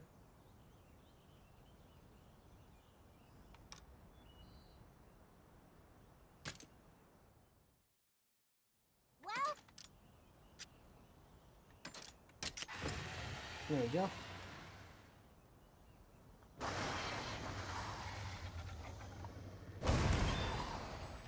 well, Captain!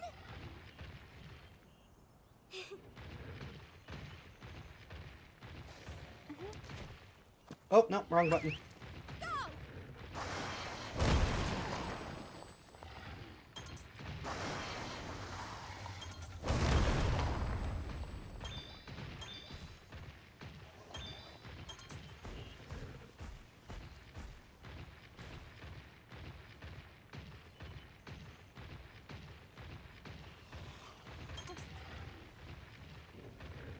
Golden Nugget sounds good.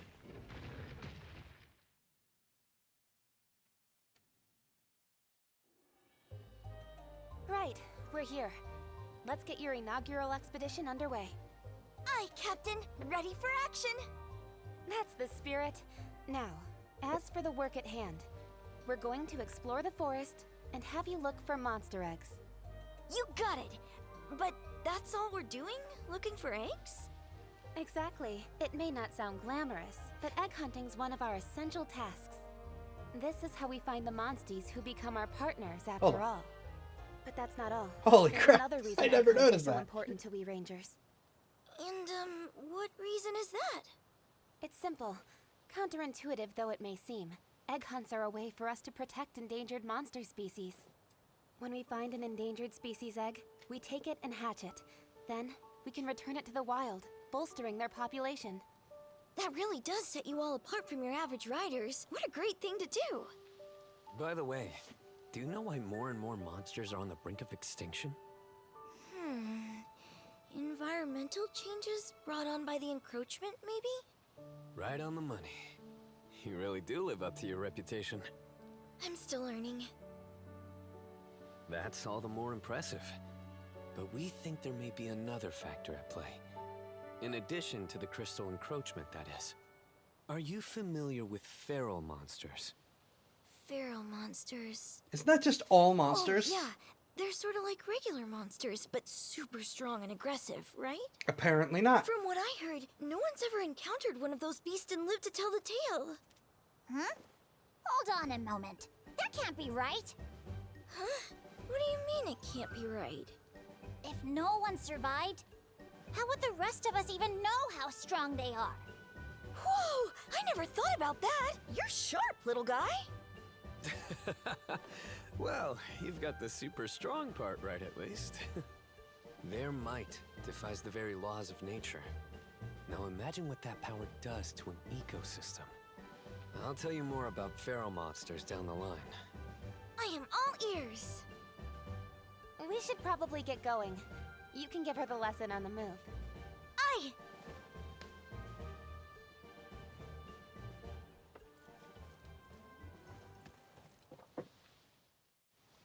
By the way, Plants in the Ashen Pass we can harvest. Make sure to pick up any you come across.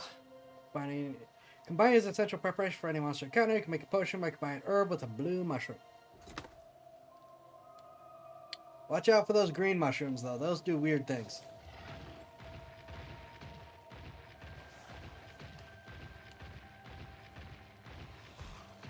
Yes. I gotta stop doing that.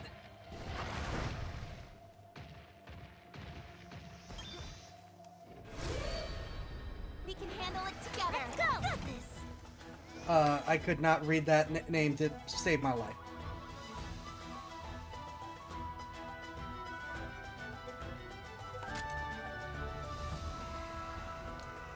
Okay.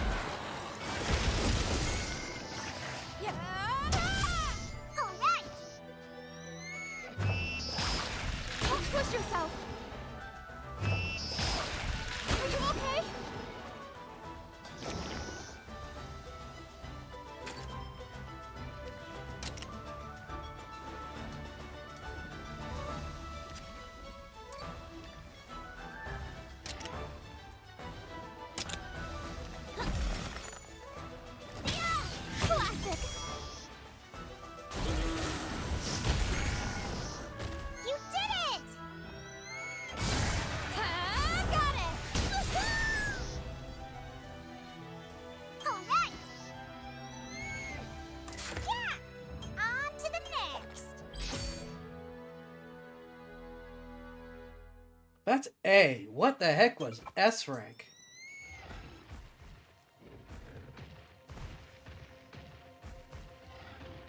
Treasure chest. What's this?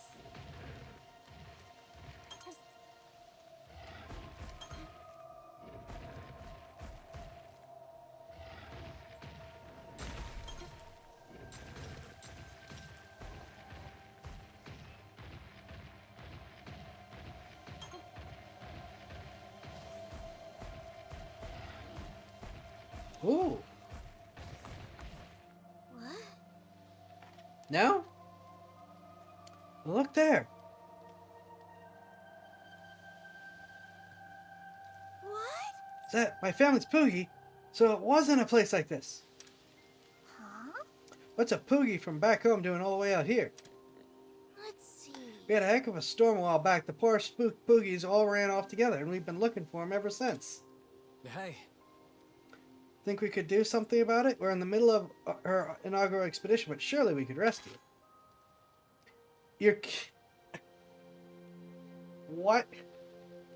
Choose the reside never region. If you help a Poogie, we'll give you an item as a token of appreciation.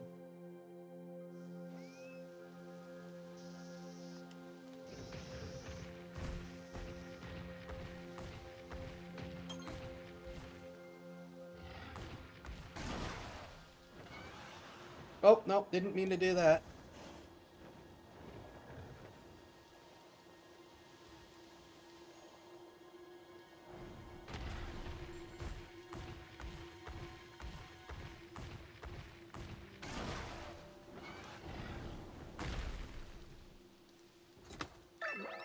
Found a Poogie. What's this?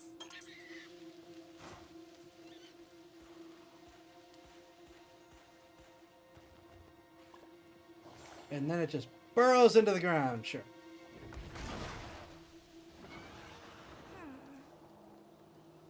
Ground turned white from the crystal.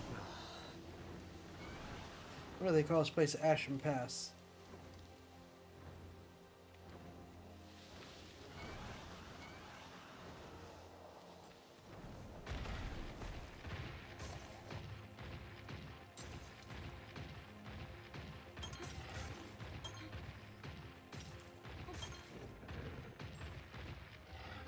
That looks important.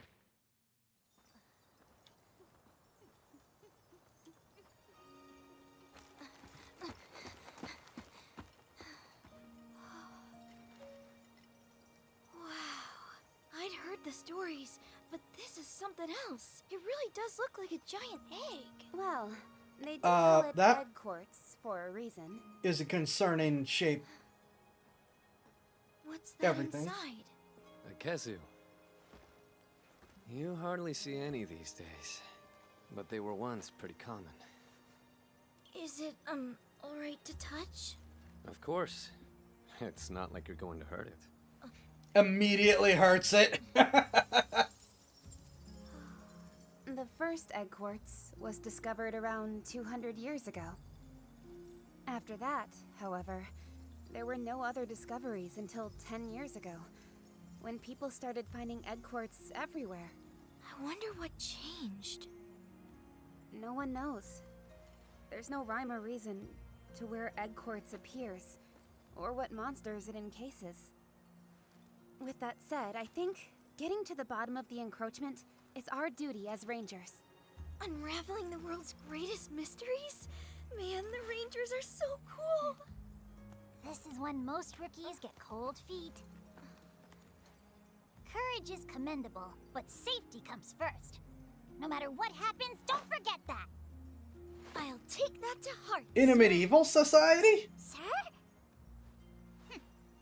That's not bad.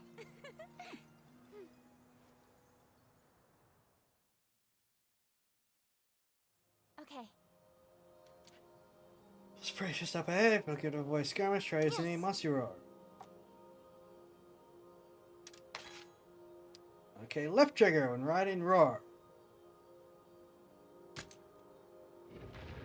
Is there anything else to do up here, or is that's just the start?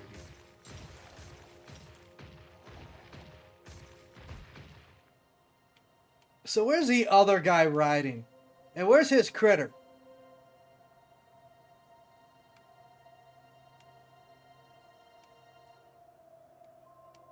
You know what?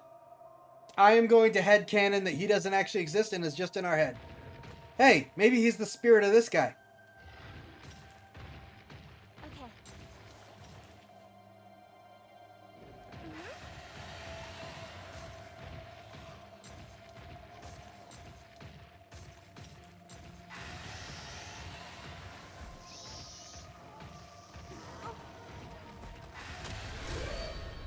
Let's give it our all. Let's go. All right. Oh, I tried. Oh, good. Thanks. I really appreciate that.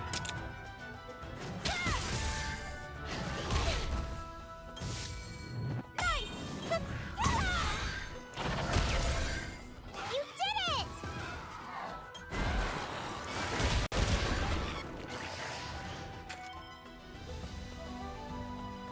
Oh, right. You can't do...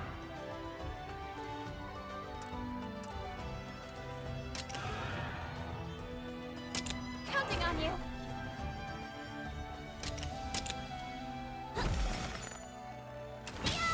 Nice job. That may have been unnecessary. Yeah! We did it!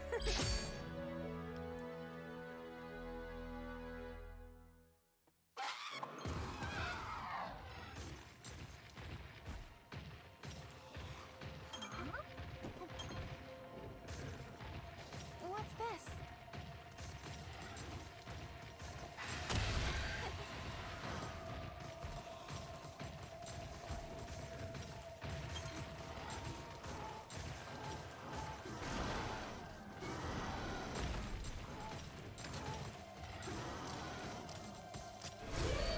Oh, never mind. We're fighting first. On us!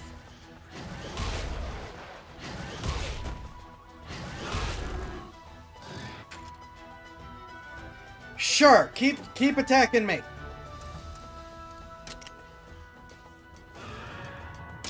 Let's go.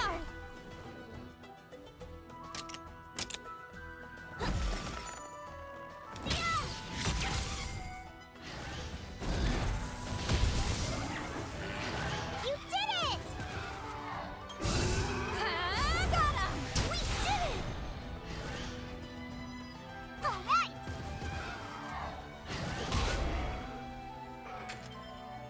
I do have to ask, did they think they were being clever when they call it a Velociprey instead of a Velociraptor? You did it! That's We did very it! obvious.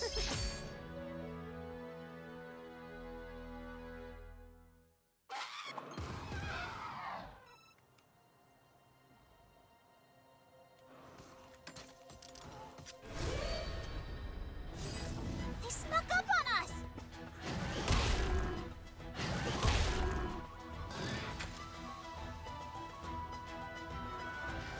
Thought they were very clever in the first game. Alright. After we deal with all these guys, we're gonna take our midstream break. Yeah, I'll take it! All right! All right!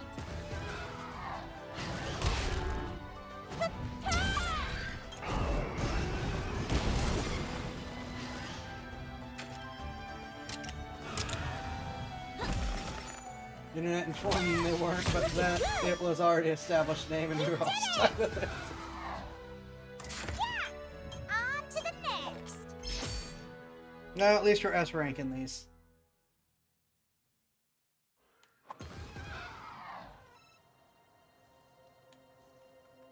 Alright, we're gonna pause.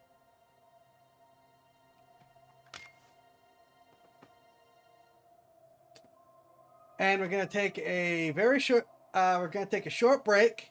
Maybe not very short. Do another react.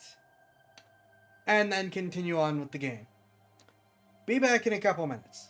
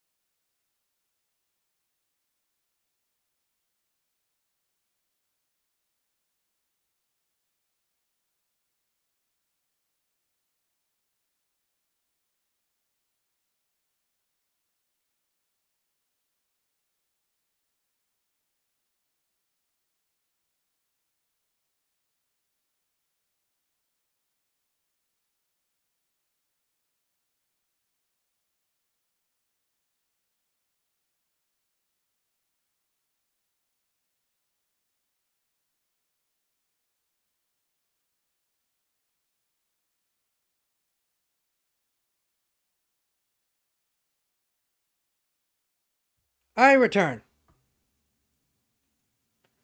You'll have to bear with me if I'm yawning a little more and more tired than normal. I am on like a no sugar thing right now. I am not diabetic, I am not pre-diabetic, but my doctor said my sugar levels are rising.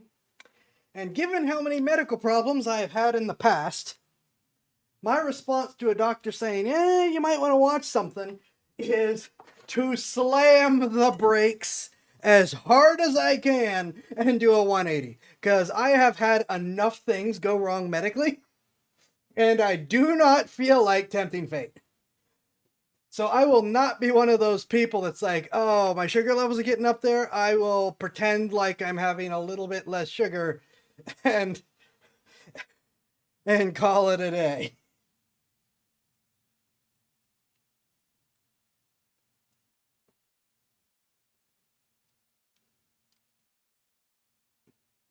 So even though I don't like the sweetness of it, I am now having Pepsi Zero Sugar as my big problem.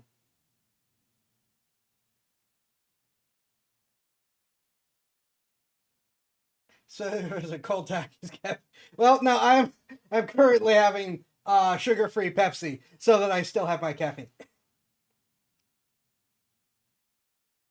And it's really weird because I can't seem to get caffeine safely anywhere else. Because I got this caffeinated water to try, and I even cut it with regular water so that it was down around the Pepsi range, probably a little less. And oh my gosh, I could feel my heart going. And I drank it slower than I usually drink Pepsis too. But I could feel my heart going. It kept me up till like 4 a.m. Even though I didn't have any past 8, which is my usual caffeine cutoff most nights when I'm not streaming. And it was like, what is happening? I am wired. So I don't have a lot of options when it comes to drink, because I already knew coffee did that to me. I already knew other caffeinated drinks did that to me because I've tried it. I have no idea why the freaking water that I even watered down and diluted did that to me. It's like, that's not how it's supposed to work. But anyways, so yes, we are watching a video on CEOs trying their products, and I figured we'd lead with this meme. Oh, right, Twitch is going to get mad if I don't change it.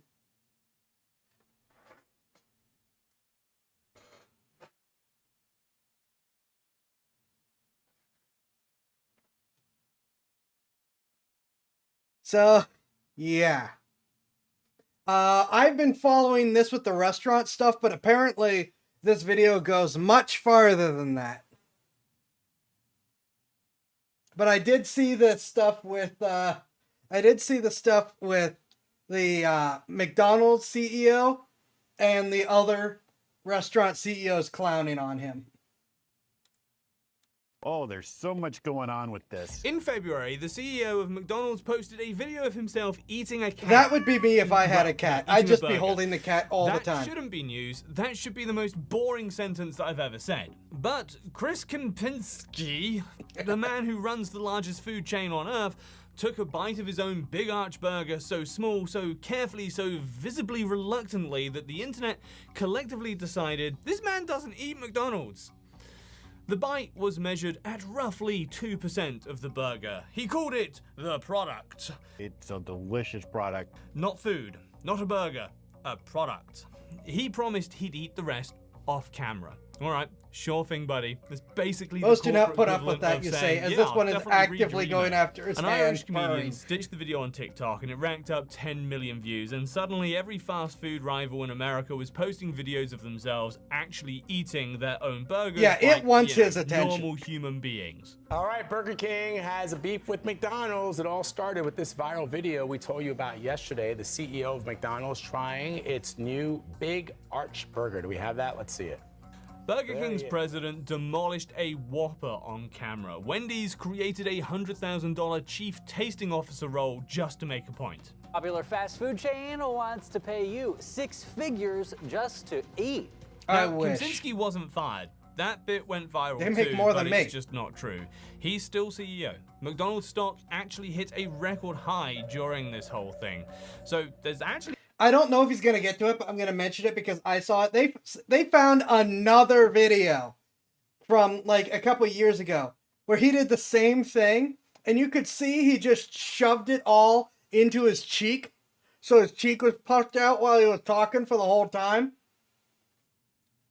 And it was like, oh yeah, when the video ended, he absolutely spit it out. no scandal here. Not really. Oh, except the internet's instinct was absolutely right, because when you start looking at who actually eats, drinks, smokes, scrolls through and gambles on the things that they sell, and then you look at who's supposed to be protecting you from the worst of it, okay, that is where it starts getting properly dark. And by the end of this, we're going to get to a pharmaceutical company that didn't just avoid their own product, they planned to sell you the addiction and the cure at the same time to the same people. Johnson & Johnson? Hey, I'm Andy, this is The Fine Print. I've been going through corporate lawsuits, leaked recordings, and congressional testimonies, so you don't have to. What I found was, well, let's just say a lot of very powerful people are deeply committed to not consuming their own output.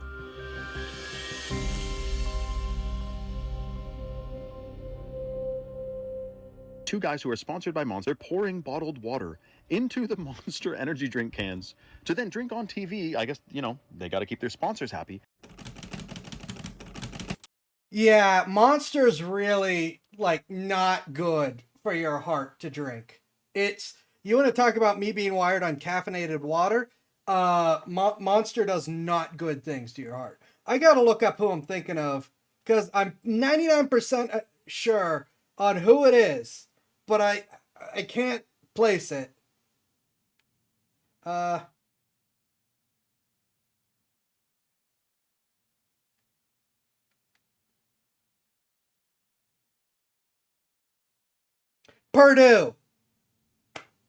For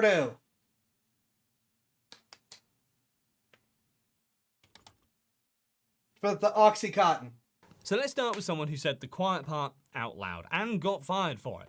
In late 2025, a lawsuit landed against Campbell's, yeah, the soup people, that included audio recordings of one of their senior executives, a VP called Martin Bally. Bally allegedly said he doesn't buy Campbell's products, that the food is, and I'm paraphrasing from the court filings here, highly processed and for poor people. Confirmed they believed it was his voice, issued an apology, called the claims about their ingredients patently absurd, and then announced that Bally was no longer employed as of 5 days later. So just to be clear, they rejected what he said about the product, and then fired the person who said it. Both things simultaneously. I'm going to let that contradiction speak for itself here. But Campbell's aren't the first company to have had this problem. No, not by a long shot. Because the original boss admits the product is rubbish disaster happened right here in Britain, and it's so famous it entered the language. And thank you, Mr. President, for asking me to address such a prestigious audience. In 1991, Gerald Ratner, CEO of the UK's largest jewellery chain, stood up at an Institute of Directors dinner and explained how his company could sell a sherry decanter for under £5. Sherry decanter, it's cut glass, and it comes complete with 6 glasses, and it's really only cost £4.95. People say to me, how can you sell this for such a low price? I say because it's total crap. Total crap? He then compared a set of earrings to a prawn sandwich on the basis that the sandwich would probably last longer. I know you might say it's not in the best possible taste, but we sold 250,000 of them last year. £500 million wiped off the share price. The phrase doing a Ratner is still used in business schools 35 years later. One sentence and $500 million gone. Turns out customers don't love being told that the product is junk by the man who sold it to them. And that's just the appetizer, because we're about to get into what happens when... I don't know what... I mean, on one hand, it's like, well, we already got the money for the decanters. It doesn't matter.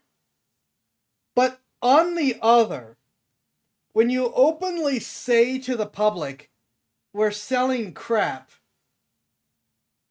you have to know that the stock's going to crash. I mean, did he already sell out his stock? Guess what?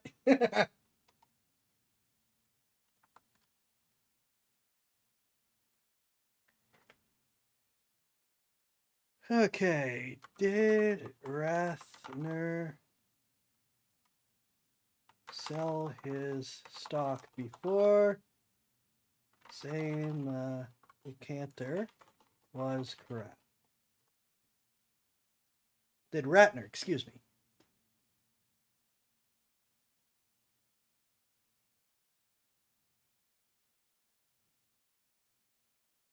He held on to his shares as the company value plummeted and was forced to sell them when he was ousted from the company. I'm legitimately impressed that he had not already sold his shares and gotten out.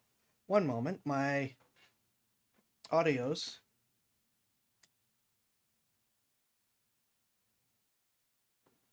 having issues.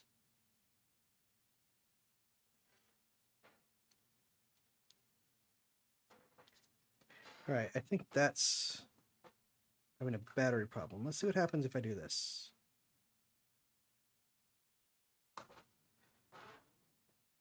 The pattern shows up in industries where the state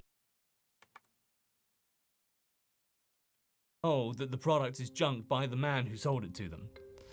And that's just the appetizer, because we're about to get into what happens when the pattern shows up in industries where the stakes aren't jewelry. They're your health, your children's attention spans, and in one case, hundreds of thousands of lives. What the journalist Michael Moss uncovered is that in the food industry, the quiet part is just, well, how things work. Permanently, behind closed doors. Moss won a Pulitzer Prize for his investigation into the processed food industry, and the things that shocked him most wasn't the sugar content or the marketing tactics, it was simply how many executives he met that simply did not eat their own food. He visited the home of Robert Lynn, the former chief scientist at Frito-Lay, so the man who spent his career perfecting crisps. Lynn served him plain oatmeal and raw asparagus for lunch. Not a single processed food product anywhere in the house. The chief scientist at Frito-Lay avoided crisps, as Moss put it, like the plague. But wait, it gets better. Howard Moskowitz, the man who literally invented the concept of the bliss point, the optimal level of sugar that makes food irresistible, was offered a fizzy drink during an interview. He refused. Said he doesn't drink the stuff. It's not good for your teeth, you see. The man who engineered how addictive these drinks taste won't put them in his mouth. I genuinely don't know how you spin that one. At PepsiCo, CEO Indra Nooyi once admitted that she was the only person on the entire executive floor who actually drank full sugar Pepsi. Every other senior executive at Pepsi didn't drink Pepsi. Even Colonel Sanders, the actual founder of KFC, turned on his own restaurant chain after selling it, calling the food goddamn slop, and the gravy pure wallpaper paste. After selling it. After he sold it. So he ate it when he was in charge. See, yeah, I already knew that. I already knew they changed his recipes. They still copyrighted the good stuff. They still have his good stuff patented. They just won't serve it to anyone. But I knew about that. KFC sued him for libel. The founder of KFC sued by KFC for saying KFC was bad, right? Now, none of this is secret. Michael Moss published his book in 2013. It won a Pulitzer. Everyone read it, And the UK government's response to the processed food crisis has been voluntary reformulation targets that obviously the industry mostly ignores. The NHS spent roughly £6.5 billion a year treating obesity-related conditions. That's about 170 quid per taxpayer per year. Just subsidising the health consequences of products that the people who make won't eat. The government's approach to food labelling is essentially asking corporations to please be honest about what's in the box, which, given everything we've just heard, is a bit like asking the fox to audit the hen house and also write the safety report. Speaking of corporations, the United States FDA is the same way, for the record. They get their money from the companies that they're supposed to police. So there's a reason why there's been a massive smear campaign against RFK, who wants to change it. Regardless of what you think of RFK as a person and some of the crazy stuff he said, his interests, his goal of actually changing how the FDA works and how health standards work is a good one. And the content that they surround you with, if you're tired of watching stuff that is wedged in between adverts, mostly from the same companies we're complaining about here. So I have. MeTV is an ad-free streaming platform. There's no algorithms deciding what you watch, no corporate sponsors, just a 14-day free trial that the cat is apparently off to check out already, and then it's like $4.99 a month after that. All my content's there, and there is a link in the description. Now, everything we've covered so far is embarrassing. It's just funny. CEOs who won't eat their own food, scientists who avoid their own crisps, a man who got sued by the chicken restaurant he invented. All jolly good stuff. But there is a version of this that stops being funny, because some of the people who won't touch their own products aren't avoiding it because it tastes bad or it's bad for their teeth. They're avoiding it because they know exactly what it does to people. And the people whose job it is to stop them, they know too.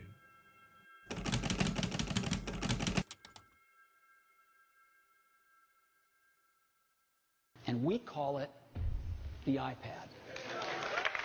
In 2010, Steve Jobs launched the iPad, called it extraordinary, the best browsing experience ever made. So your kids must love it.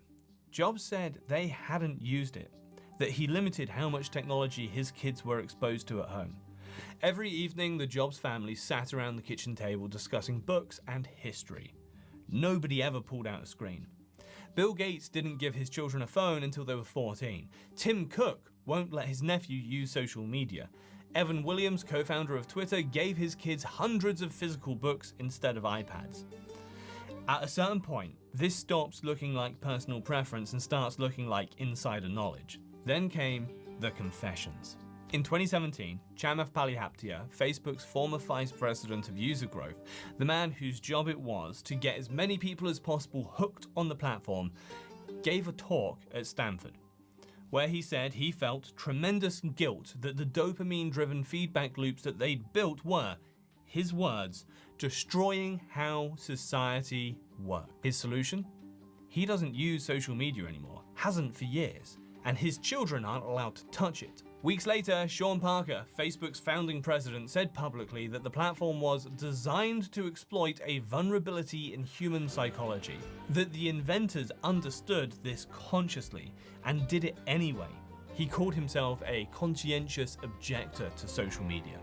The people who built the attention economy won't live in it, and it's because of a class divide. There's a school in Silicon Valley called the Waldorf School of the Peninsula. $25,000 a year, completely screen-free, through age 13. The parent body reads like a tech industry directory: Google, Apple, eBay, Yahoo. These executives sell screens to your children and then send their own children to a school that bans them. And then there's TikTok. And you know that they will make sure normal people cannot send their kids there, even if they can afford it. ByteDance runs two versions of the app, one for China and one for everyone else. The Chinese version, Douyin, has a mandatory 40-minute daily limit for under 14s. It restricts access hours and pushes educational content. The international version, no default limit. easily bypass restrictions. As one researcher puts it, they give their own kids the spinach version and then ship the opium version to the rest of us. The UK's online safety and people freak out at why I'm okay with TikTok just getting constantly hit over and over again. It's like, how so very dare you? Act took years to pass, got watered down repeatedly, and still doesn't meaningfully address algorithmic addiction. No Western government has mandated the same protections that ByteDance already applies domestically. The tech companies know these products are harmful enough to restrict for their own families, and the regulators let them sell the unrestricted version to yours. In April 1994, 7 tobacco CEOs testified under oath before the United States Congress that they did not believe nicotine was addictive. 7 of them, under oath. Meanwhile, internal company documents dragged into public view through litigation had said since 1963, we are in the business of selling nicotine, an addictive drug. 30 years of knowing. 7 men lying to Congress, and every single one of them, when asked, acknowledged they'd prefer their own children didn't smoke. The system works exactly as no one went to jail, by the way. Designed. The vaping industry managed to produce its own version of this in record time. In 2019, Juul's CEO, Kevin Burns, went on national television in America and said, and this is a real quote from the CEO of the country's biggest e-cigarette... Oh no, did someone actually go to jail? Did I miss that? Never mind, hold on, I gotta look this up. Did any tobacco executives go to jail?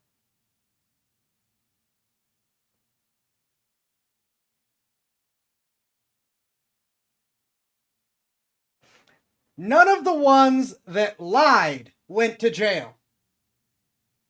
A couple of the small company executives got minor jail time for tax evasion and smuggling. Oh yeah, lying under oath is 100% a jailable offense. Just no one wealthy ever goes to jail for it. I'm going to assume they were getting their tobacco from Cuba.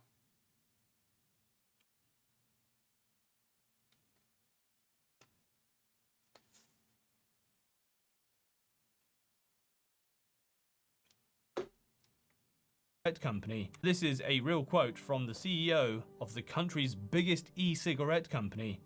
Don't vape, don't use Juul. He stepped down weeks later. The UK government is only now getting around to properly restricting disposable vapes. When the CEO of the product is begging you not to buy it faster than the government is moving to restrict it, something has gone properly wrong. Sheldon Adelson built a $35 billion fortune from casinos. His own personal gambling? $500 total on holiday on an island. He actively lobbied to ban online gambling, saying he opposed exploiting the world's most vulnerable people. Stephen Wynn asked if he'd ever known a gambler who wins and walks away, and he simply said, never. And then added, the only way to win in a casino is to own one. A DraftKings code. I have won. I am net positive. And it was when I was just old enough to gamble. I was waiting in Atlanta for some friends, and Atlanta that had is sort of like the East Coast, one of the East Coast gambling centers. I went over to the slots,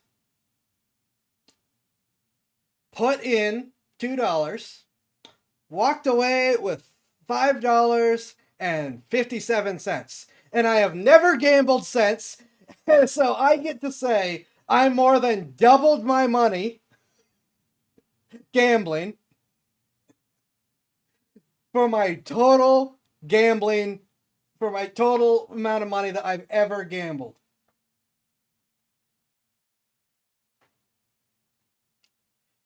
Yeah, I've seen, maybe not that one, but I've seen some of the wild winners, but it's like, I understand, no. I think it's really funny, though, to think about that, because in high school, we gambled with candy all the time. Like you would think that we were all going to be degenerates with how much we'd be like, all right, out comes the candy, out comes the pack of cards, here we go again. And we all knew that it was going to happen. So everyone brought a different type of candy. Just a big bag of it. And we'd bet candies. And in fact, I was part of the school orchestra. And we were good enough to like go to county and state and stuff, even though we lived in the middle of nowhere. I lived in the middle of the forest. Now I live in the middle of the desert. I never actually live in proper civilization.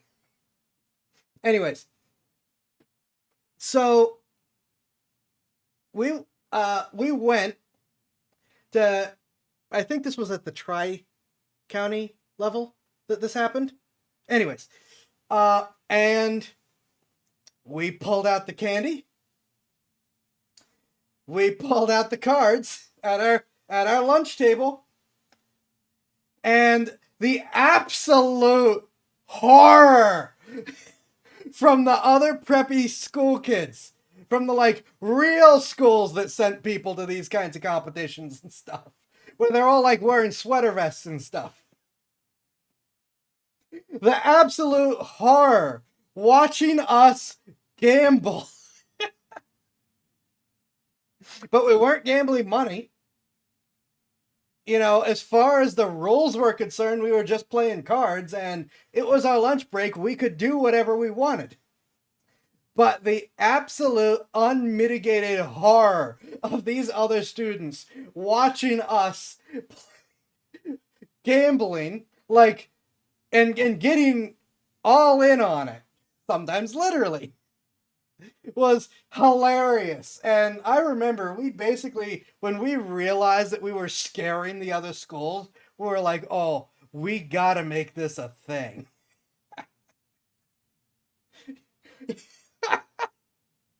It's like, I don't know if they thought we were like the mafia kids or what it was, but they definitely were like, oh, there's something wrong with the kids from that school.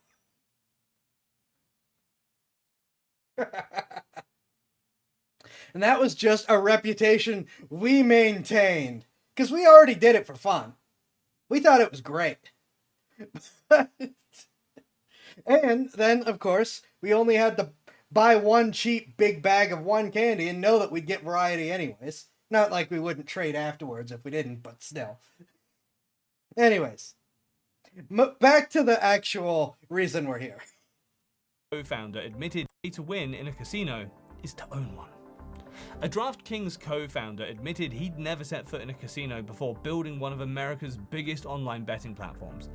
And when a reporter asked a slot machine designer whether he plays the machines he builds, the designer apparently recoiled like he'd been insulted. Slots are for losers. That's the designer of the slot machine calling his own customers losers. In the UK, look up a Skinner box sometime and its relation to gotcha mechanics and loot boxes. Machine calling his own customers losers. In the UK, 60% of the gambling industry's profits come from just 5% of customers, people who are either problem gamblers or at serious risk of becoming one. There are over 400 gambling-related suicides every year in this country, and until recently, the industry was essentially allowed to regulate itself. The Gambling Commission let operators write their own rules, and the government collected the tax revenue and looked the other way. That's why. The people who built the machines won't. Why do you think the biggest operators of lotteries in the United States are the states? Play them the other way. The people who built the machines won't play them. The people who own the casinos won't gamble. But for 20 years, the government decided they were the right people to write the rules about who should.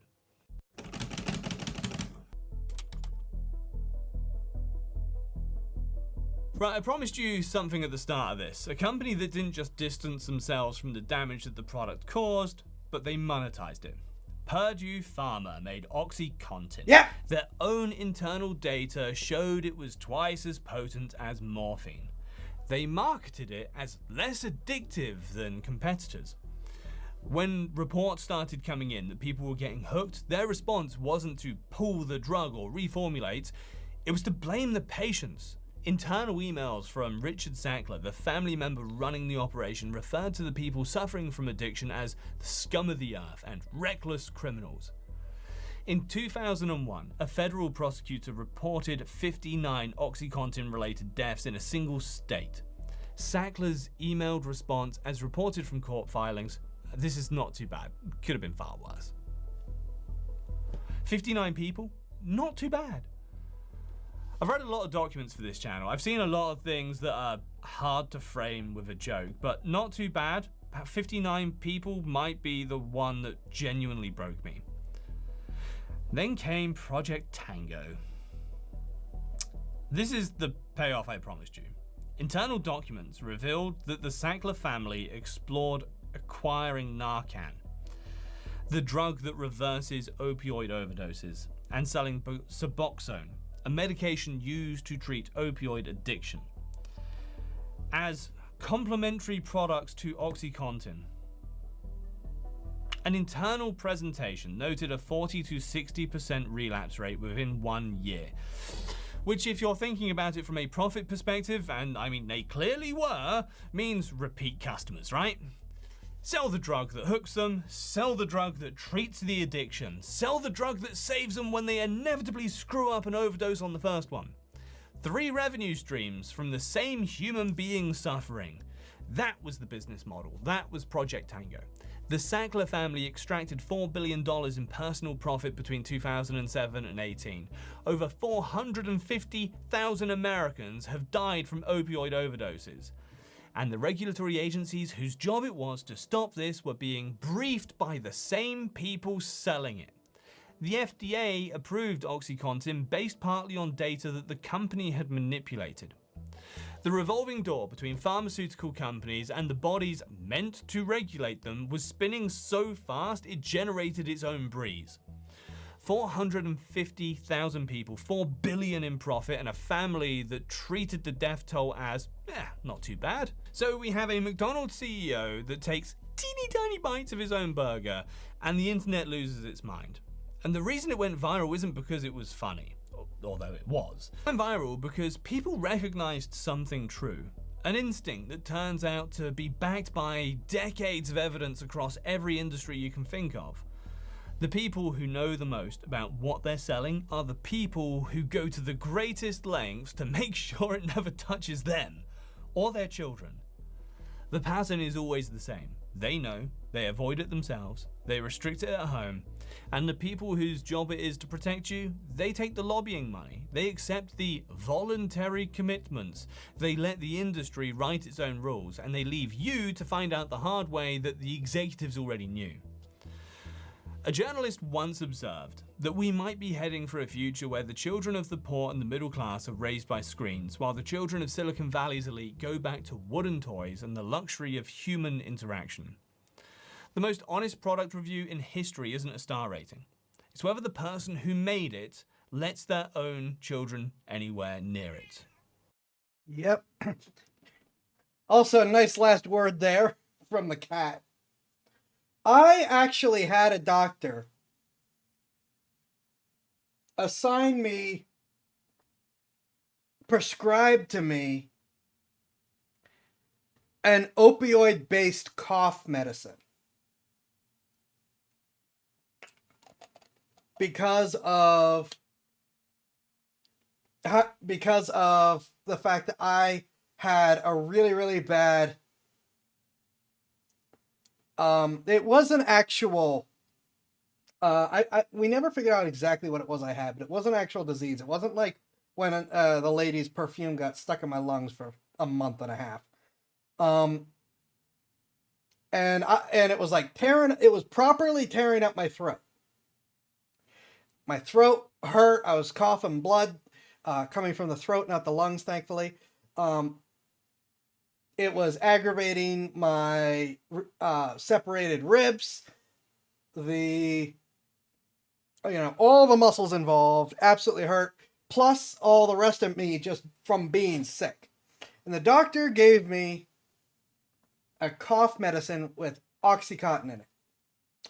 And I already knew what Oxycontin was at this point in time. So I never took it. I went to my security officer to let them know. And I left that doctor.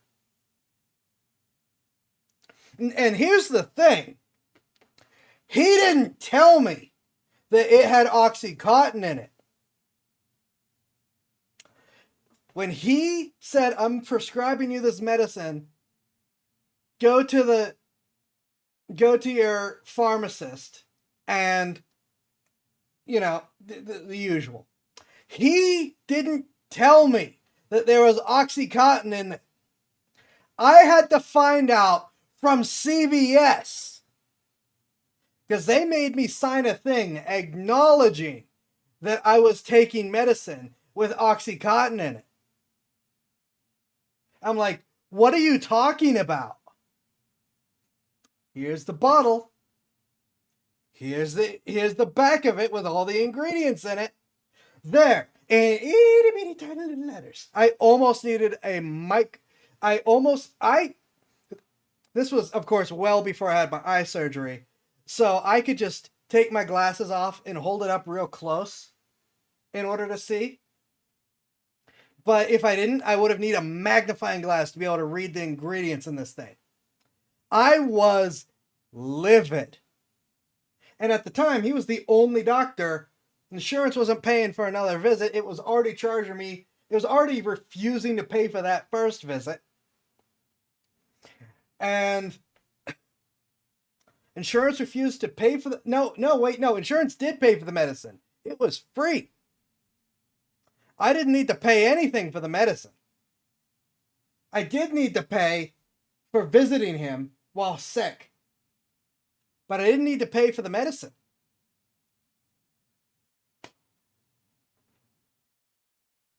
Like I said, I refused to take it. I just downed a metric ton of Ludens, which is as close as I was going to be able to get. Ludens and Halls. It was like, yeah, I'm taking more of these than I'm supposed to, but it is better than taking that. Oh my gosh.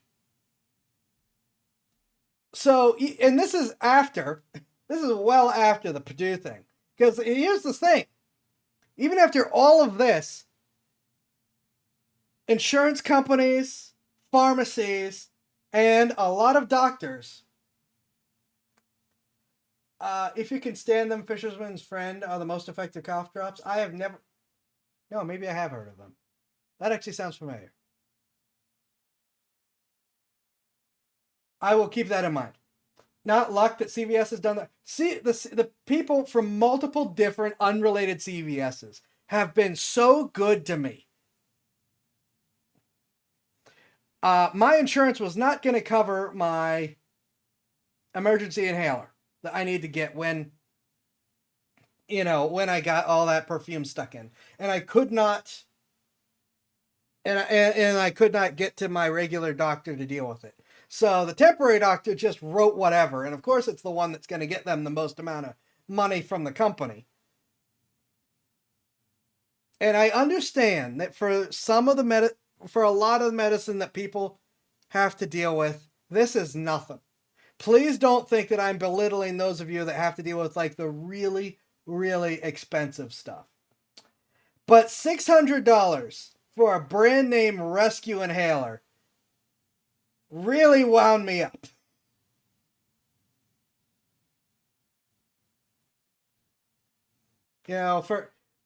I also need epinephrine.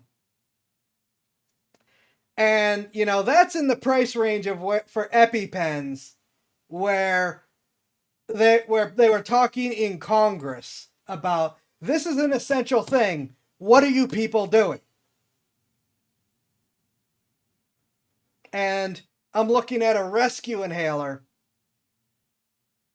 that's doing the exact same thing. And, well, wait, no, I guess RFK is in Congress currently talking about how, no, that needs to be fixed.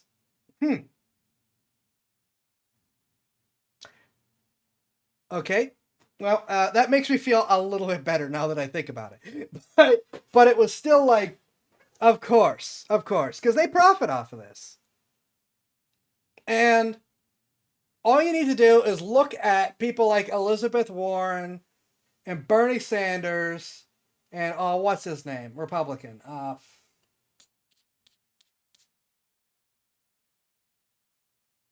Johnson's one of them, but there's another one I'm trying to think of.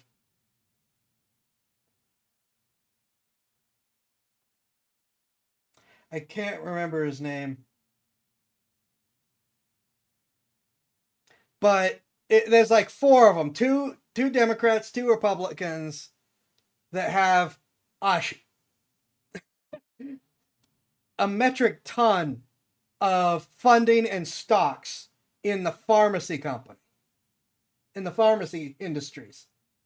There's like, they go out there and they talk about this all the time and then they never vote for it. Interestingly, I don't think with all of her insider trading that Pelosi's involved in the pharmacies. She's like all about the tech. Maybe she is about the pharmacies, but I think she's more about the tech stocks. What is his name? He's another one of the old ones that's for...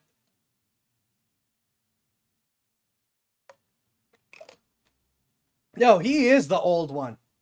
The one that everyone's wondering why he's still alive. That's who I'm trying to think of. Yep, McConnell. Moscow Mitch. That's it.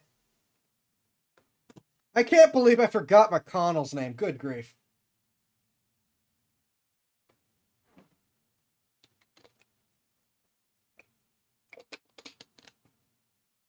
Yeah, you look at some of these that never vote for any of this stuff. Look at where they have their money placed. It's crazy. Mitch McConnell, feed me poor people. Accurate! So accurate!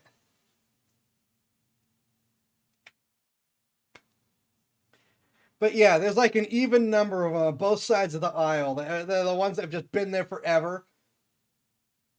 They're just like, oh, when you look into what they're involved in, you understand why nothing ever gets fixed.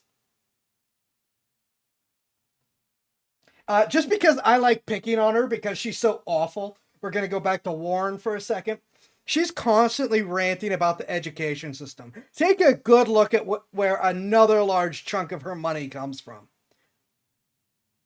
Like, half of her top 20 donors are the bigwig colleges that charge like $200,000 a year or more. Like, half of her bigwig donors. Like, anytime she's mad at something and ranting, look at where her money actually is and realize, oh, yeah, this is performative. She's never going to vote for it.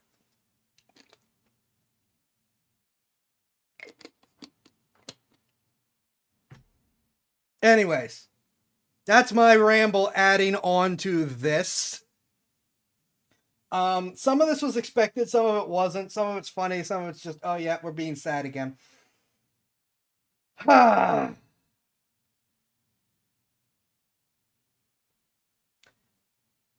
Oh, I just realized what that middle one is. Yeah, that is awful.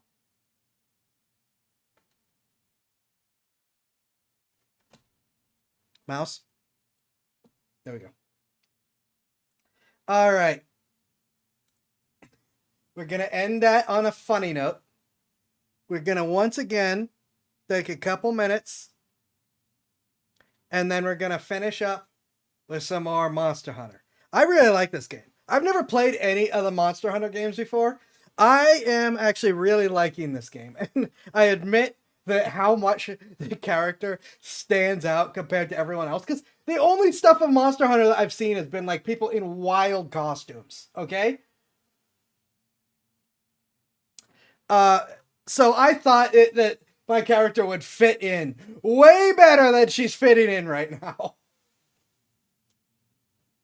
Alright. Back a couple.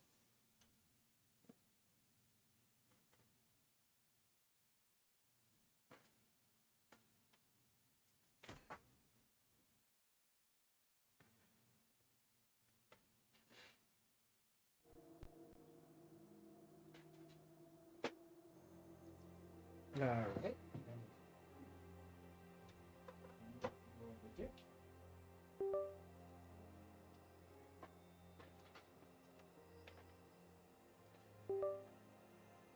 Yeah, I know you still see me. For some of the stuff, there's like no reason to do the be right back because we're just giving the Twitch people a break for the ads.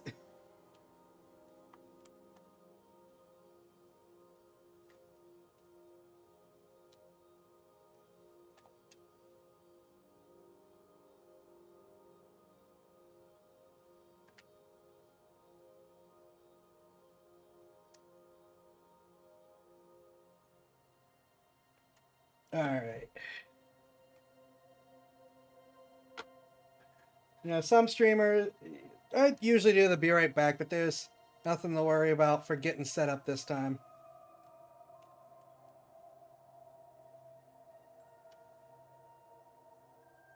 There we go.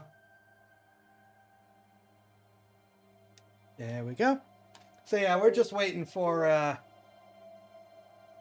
Twitch people to catch up to the rest of us.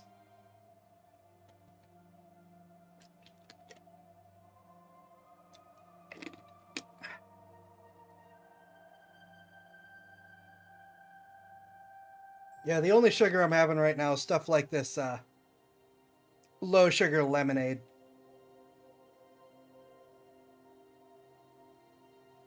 And for anyone who is not aware of this kind of stuff, because I keep running into people that don't know, the further down on the ingredients list it is, the less of it there is in proportion to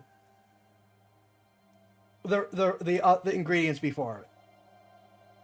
So I've got filtered water, lemon juice, then we do have cane sugar, and natural flavors. And that's it. That's all that's in this.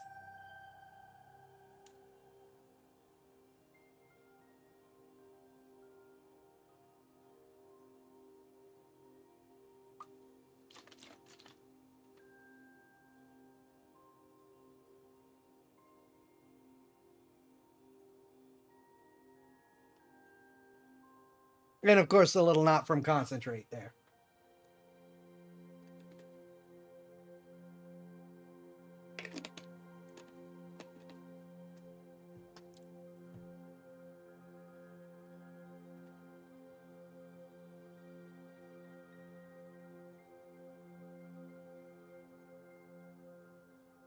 Yep.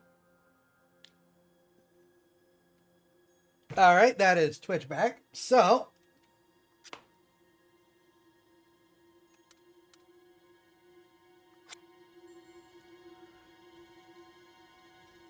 right. Please. Thank you.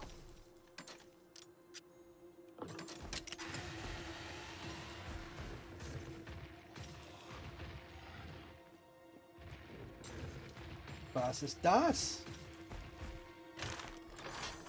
Ah, it's a save point. We stopped right before the save point.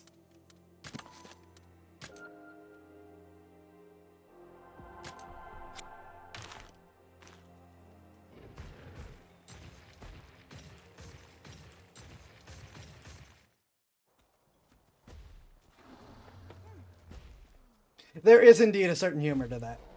Oh, wait a minute. Huh? Look! Yeah.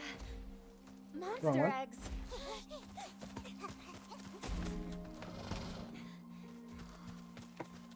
Playing a character with a ponytail, I should have mine. That's a rare pattern. Are they bird-wyvern eggs? It could be an ultra-rare endangered species. Maybe. Maybe. Maybe. Maybe. Maybe. Maybe. Maybe. Maybe. Maybe. Maybe. Maybe. Maybe. Maybe. Maybe. Maybe. Maybe. Maybe. It could be an ultra-rare endangered species. I wouldn't get my hopes up. Look, the calling card. I recognize that feather. Here it comes.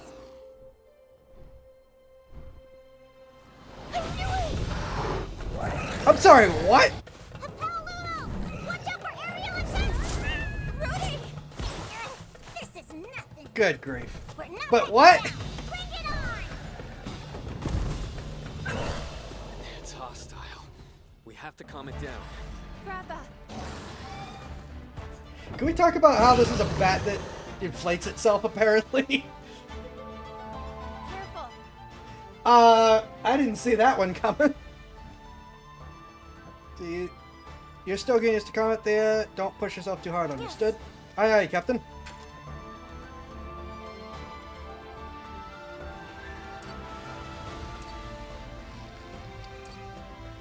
I do not know which attack this is.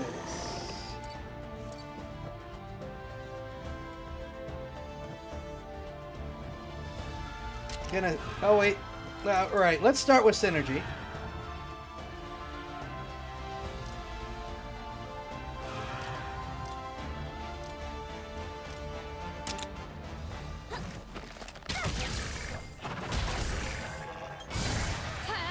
Got it!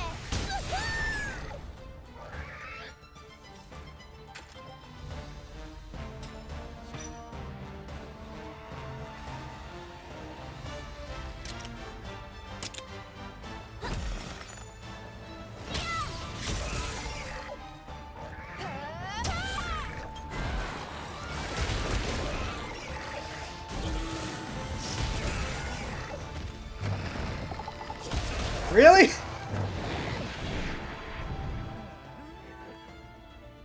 Oh, floaty like a balloon. I've noticed. It's a little hard to miss that. Oh. It change up its behavior in the state, much like an ranged monster. Be careful.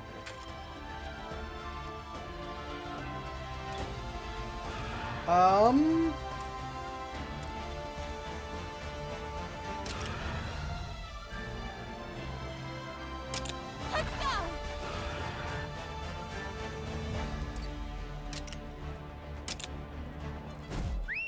Get him! I'm sorry, what?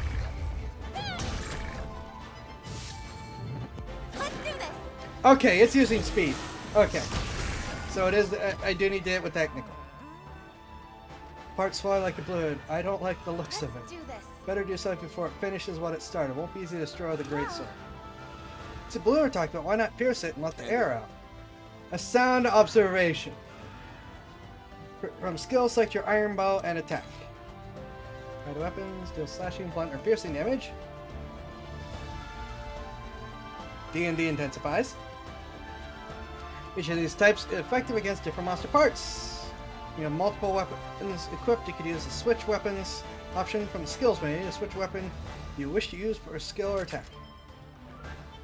Hey.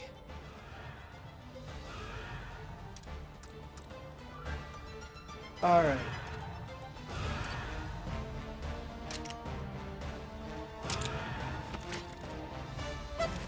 Did that model just change mid everything? All right.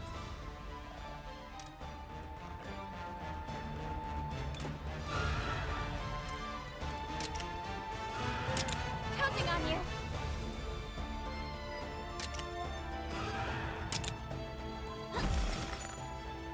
Got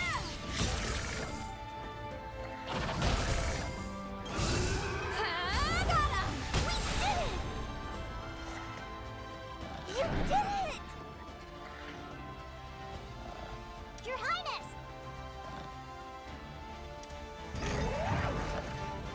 Keep pushing!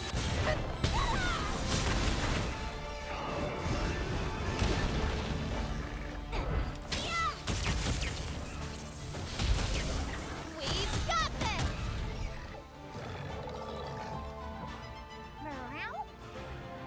Meow? Yeah. Listen.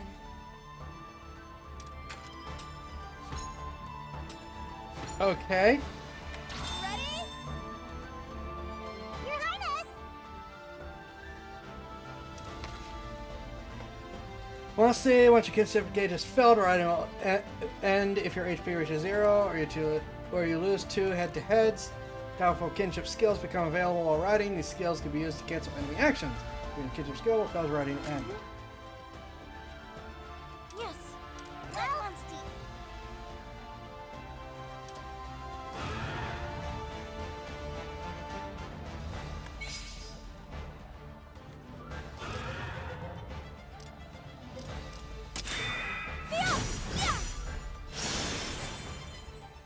About anime. You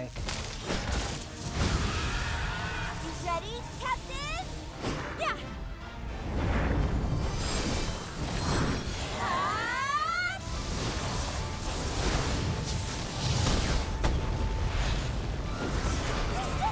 Good job. I'll give it my all. You did it. And yet it is still freaking standing! Good work.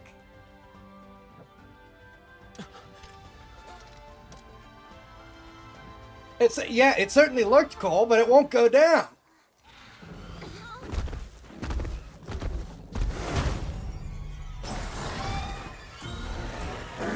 Excuse me, what?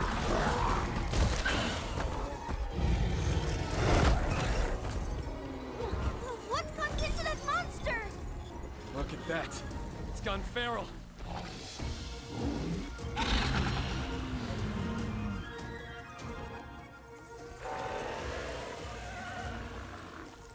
I feel like cannons would be very useful right now. Careful.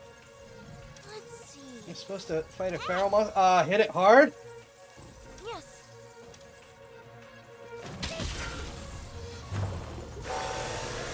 Don't push yourself. What?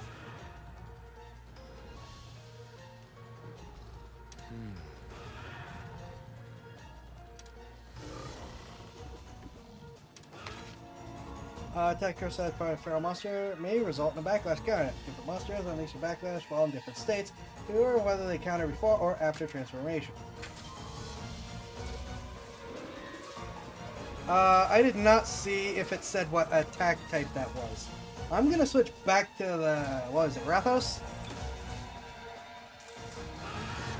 Ratha.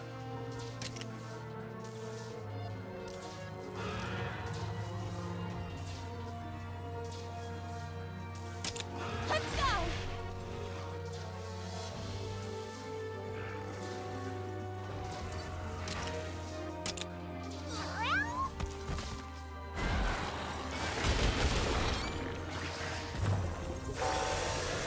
Are you okay? That was not good.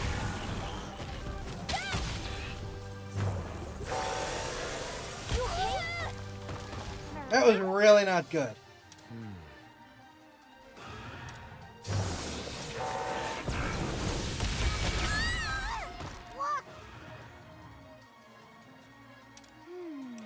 Crusher influences their ecology as well. Break the crystallized part won't have to sidestep any more light. But these can be weakened by destroying the monster's crystallized parts, which we're not supposed to attack. No. Desire hearts, battle and defeat. All hearts are restored after battles. Our allies also have hearts. Do not lose the fight if battle loses all the hearts, but they will be unable to help in battle for a few turns. What? I see. Your Highness! I won't give up. Okay, well, we're still going to do this, but we're going to attack. Hold on.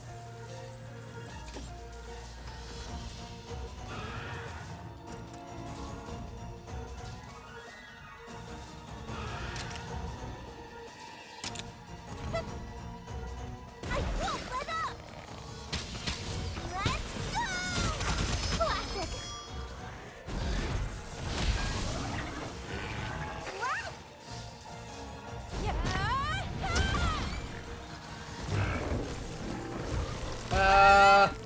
Ew.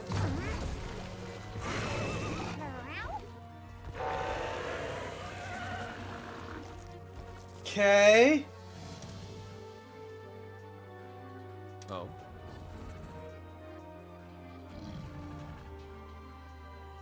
It's possible. No.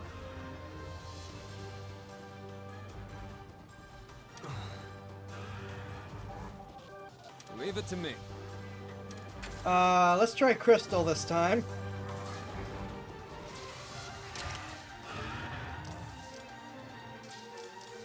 Which needs bow.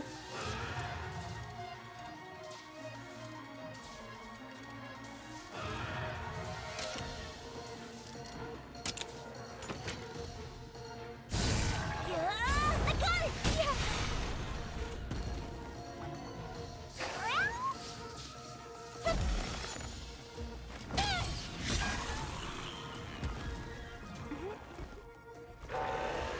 Doesn't count forms are reinforced with ore.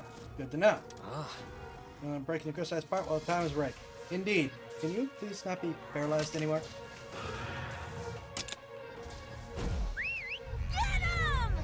Okay, sure, we're just gonna attack with a ton of pigs again.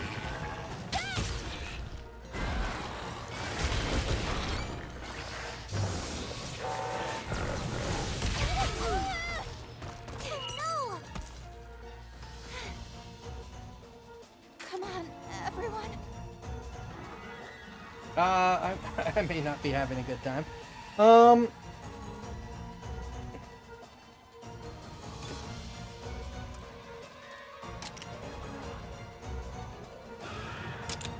on you.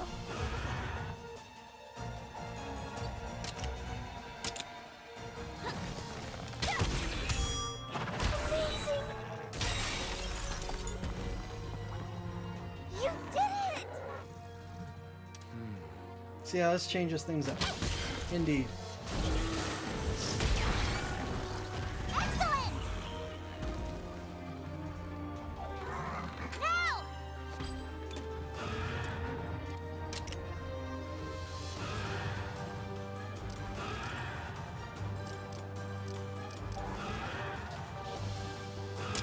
Let's go.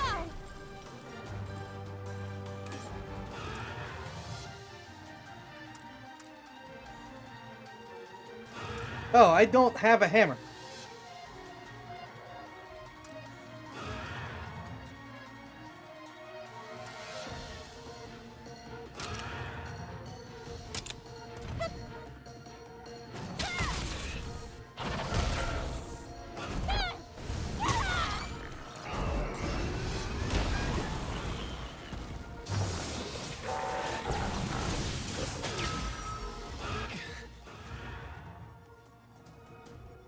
Keep an eye out.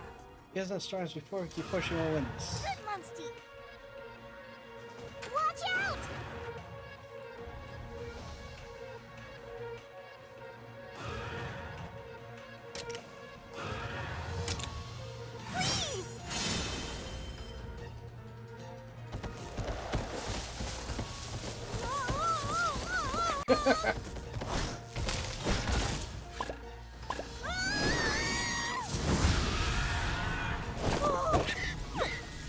Ow. Here we go!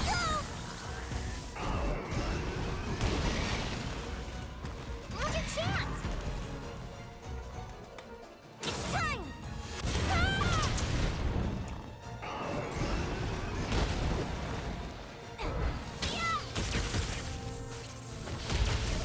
We did it!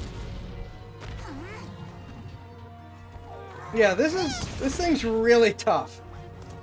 Its HP is not going down very fast at all.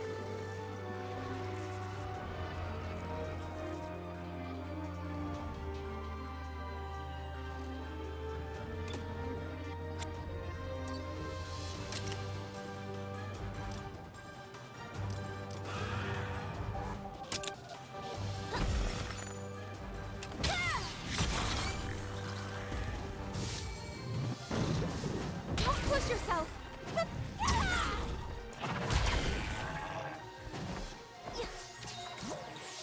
Oh, that's very useful.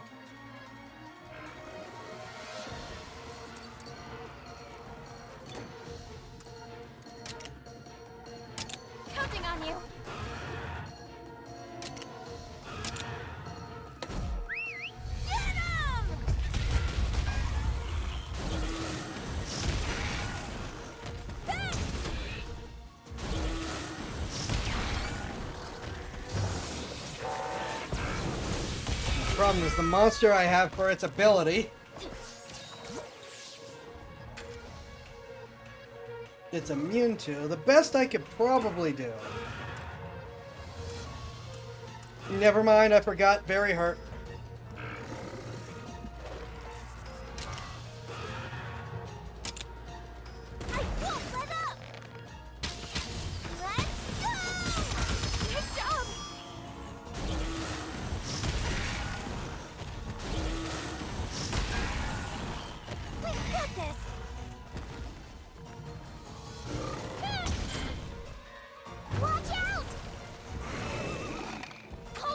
Alright, back to that. It's got the blow, so we're doing the green again.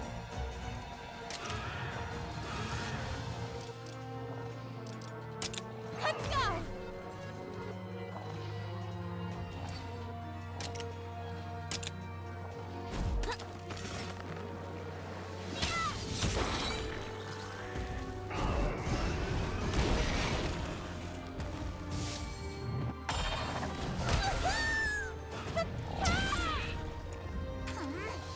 Now it's back to red.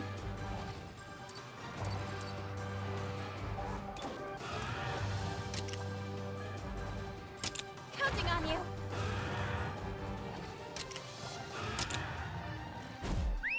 Get him!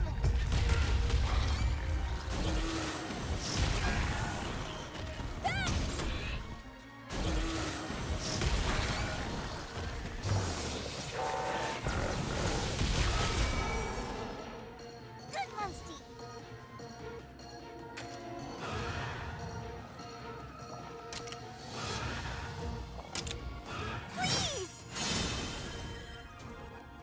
She got. Well, I keep switching monsters, that's why.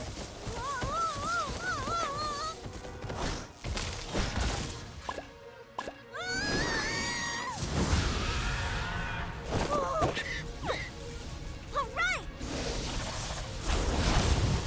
That's it. All right.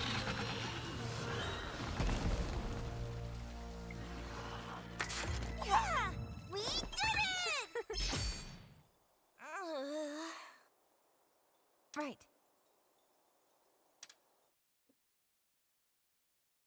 Alright.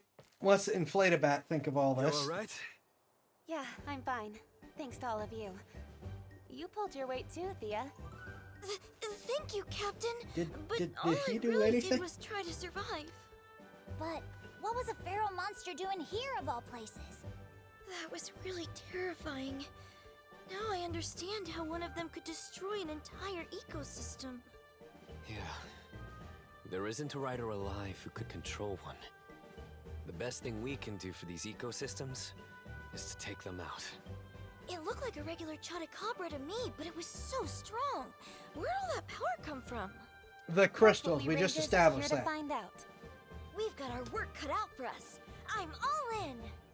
Well, with your inaugural expedition complete, you're now officially a ranger. Welcome aboard. Roger. It's about time we head back. Roger, roger. Here, this Paolumu egg belongs to you. To me? You mean it?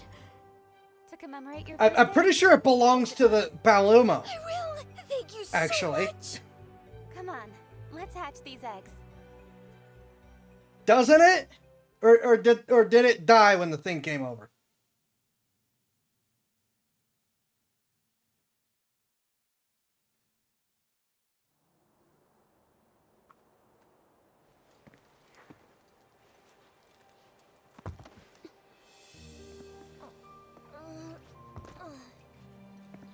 This part is easy. We rangers don't have to do much here. So just follow my lead, all right?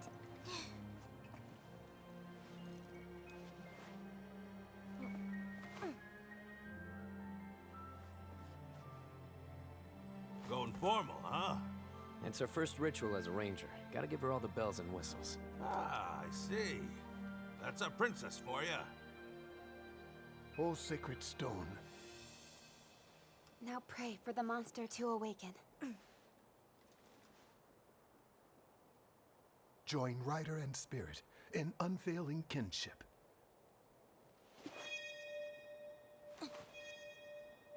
Bind bind thy untamed spirit to mine.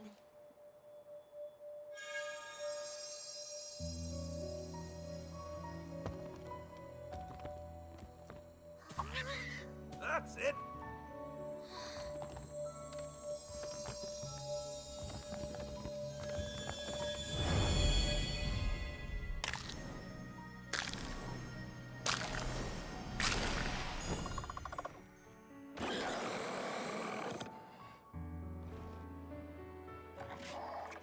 That is much cuter than the other one. I want one.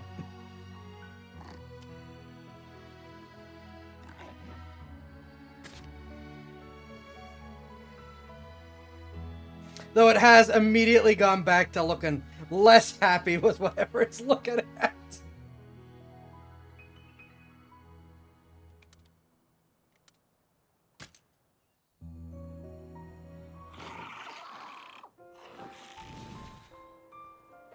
Okay.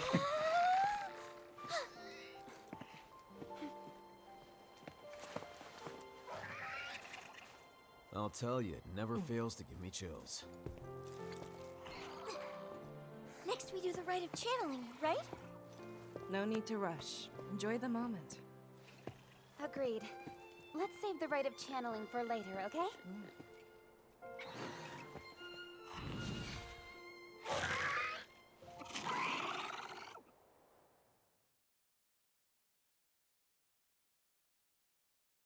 Why is it a disc?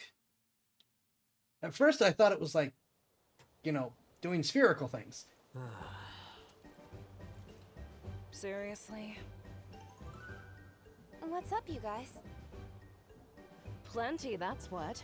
Take a look for yourself. It's called paperwork. These are all requests. But why so many? Given the political climate, many riders have been dispatched to the Vermilion border to provide surveillance and security. His Majesty has delegated their duties to us as rangers. Has he now? Can't knock the vote of confidence. The king clearly believes we can handle anything they can throw at us. Harvesting fields, repairing damaged roofs. What? Does he think we're a bunch of handymen? We will be your Adventurers Guild for the evening. You're talking about! Mind if I take a look? I have a sneaking suspicion about these requests. Of course you do. All right then, lay it on us. So, the majority of these requests come from people living near the border. What does that mean? I'm not sure, but I'd bet it's related to our Titan border security. And a distinct lack of unoccupied hands. And it sounds like we should take a look for ourselves. Scanning over them, some of these requests even involve chasing down rare monsters. The king just said we're being folded into the military for this. How better to do that than to just be like, all right, you're going to go be on the border now doing things. Now that sort of job sounds much more up our alley. What do you say? No pressure, of course. These requests aren't exactly kingdom-shaking, so there's no need to bite off more than we can chew. No. I say we go check it out. Simon, you're with me. Always.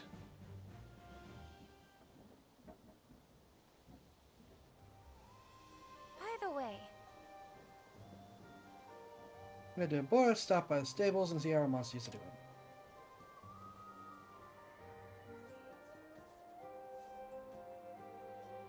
Okay.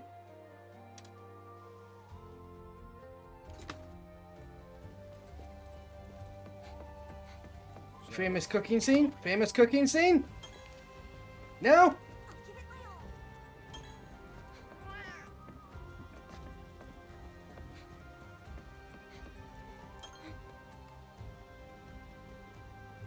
A little concerning about tasty looking meat just being there on a barrel.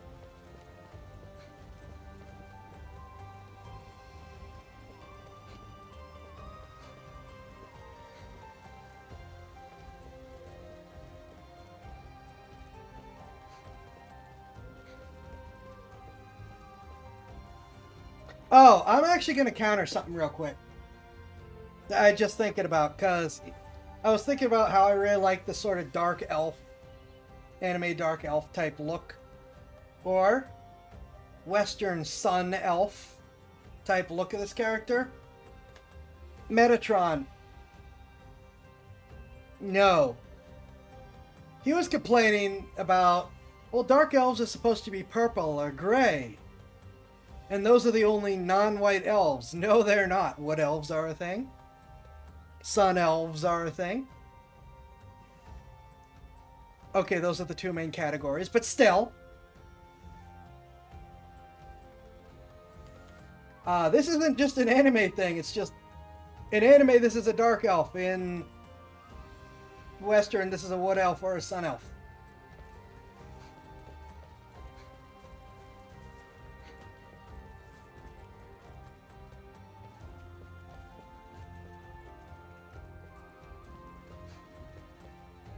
Okay, nice pop in there.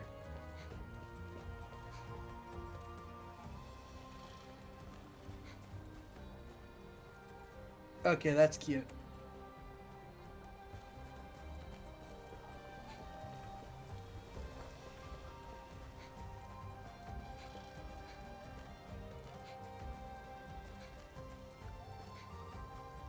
I assume I'm looking in the wrong place. I need to talk to the cat.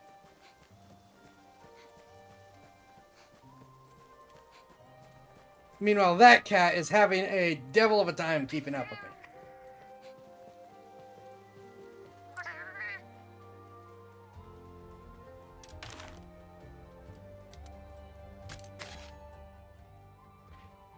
Oh yeah, manage monsters, view monster details, change names, release monsters, set favorites. You can view details about monsters in stables and rename them if you wish. It can be released for stables, but released monsters will never return. Some monsters cannot be released, such as monsters in a current party, those registered to a party set. Left stick in the monsters menu, set a monster's favorite. Assigned monsters will appear in the favorites tab as monsters have been favorites. Some functions as release it cannot be performed.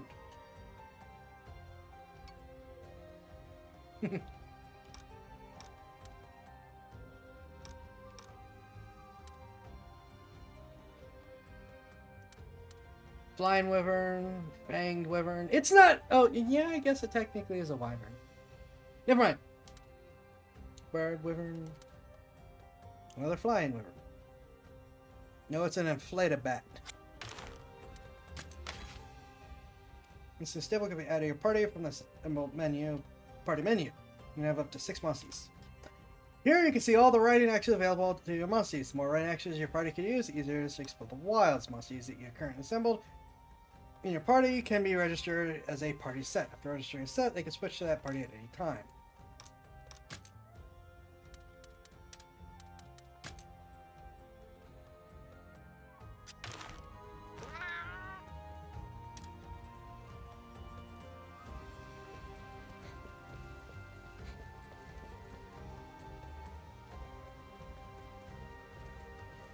There's an arrow here, and it doesn't do anything. Seriously, when do we get to the famous cooking scene?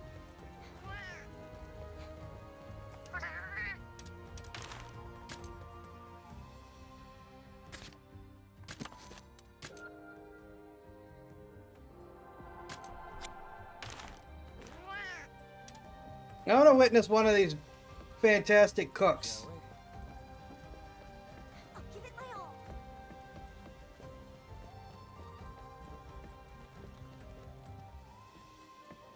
No?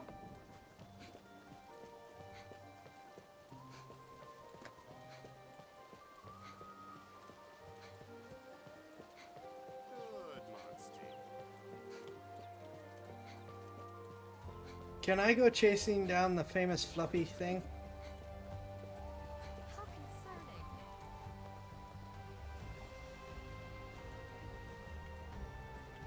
Hi. Members of special events against Pearl. We're to remain on standby. I just hope nothing happens out in the fields.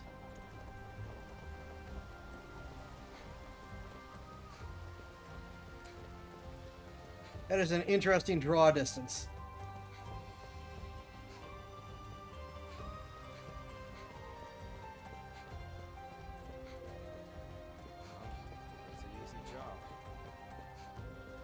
There's my exclamation mark. I just saw where it was. Okay.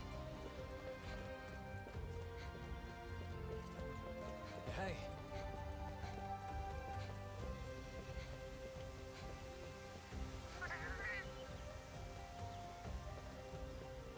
Oh, look at the sky.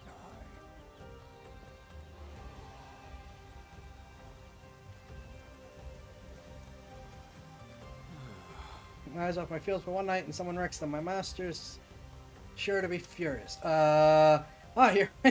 Sounds like someone's tore a swath through the grapevines I look after. There were holes all over the place, too. Such a painful element. You come across the culprit who made the mess of my fields. Do you think you could get rid of them? Thanks. Relief. Thank you so much, Your Highness. Is the harvest damage you asked? Funny enough, the grapes themselves were left untouched. I turn up the soil and ignore the fruit. I haven't the foggiest idea. When fields are past the main gate to the left. If the miscreant comes back, please send them packing.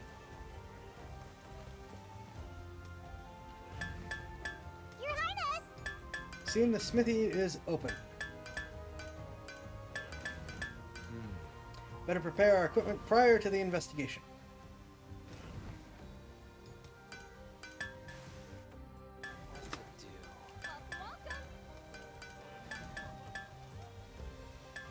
I'm gonna get everything but the food, aren't I? Welcome.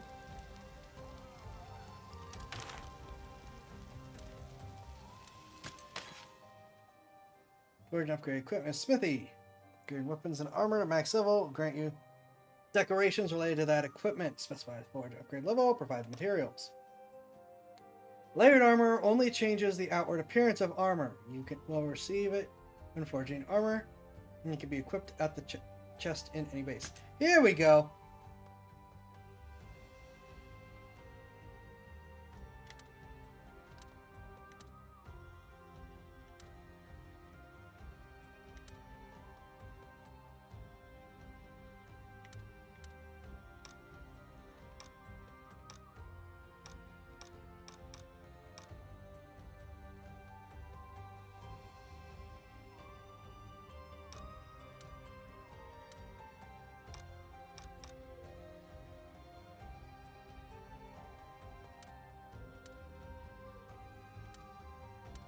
Now we're getting to the crazy weapons the series is known for. I'm sorry, what?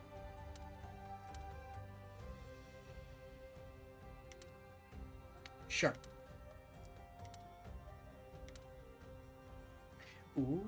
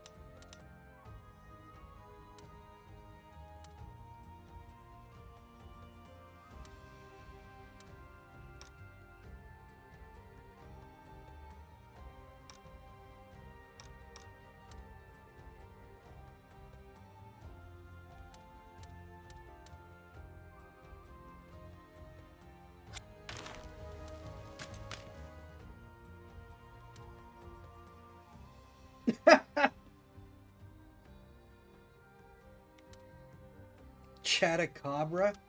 Oh, no.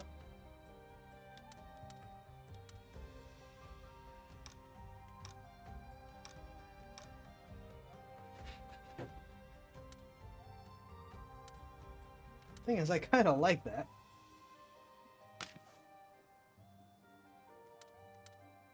But I can't do anything about it.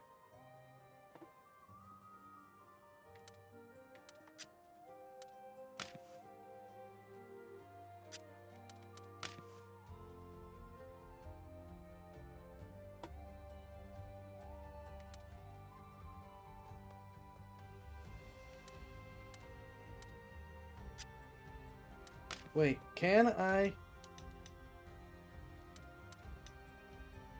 Ah! I see.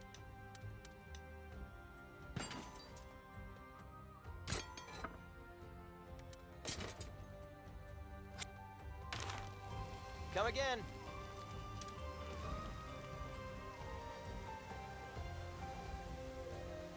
Yeah, I'm definitely the princess here. I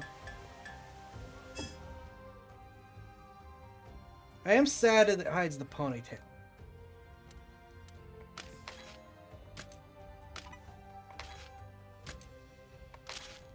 Stop it. Equipment.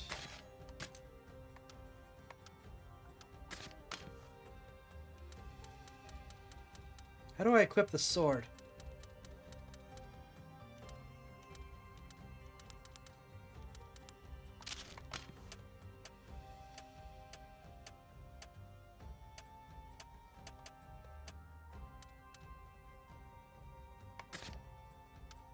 How do I actually equip the sword? Oh, duh, the change equipment option.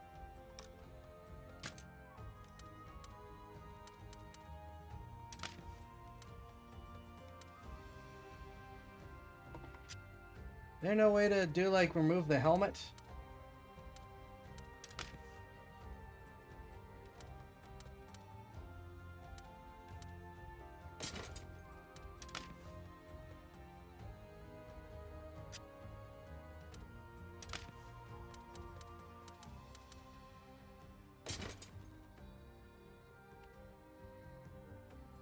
That is a lot of stuff on the back.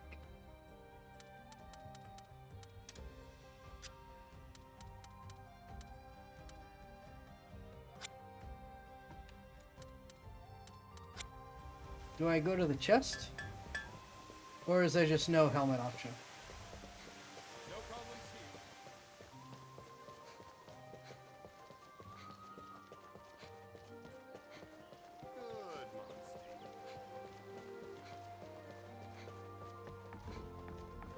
What the heck is she wearing?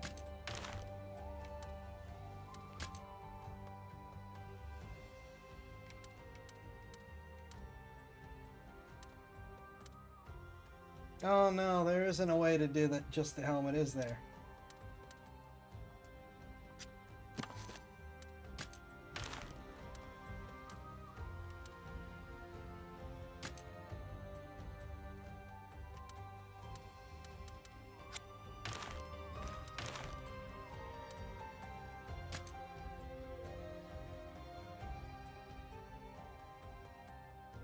Oh, come on, it takes the helmet off here?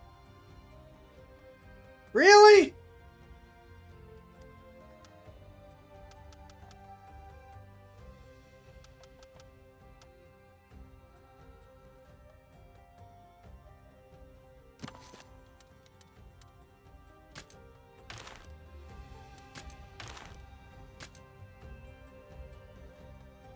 It looks good without the helmet.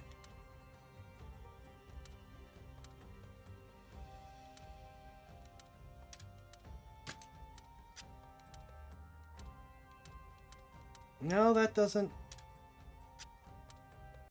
Oh! Ah!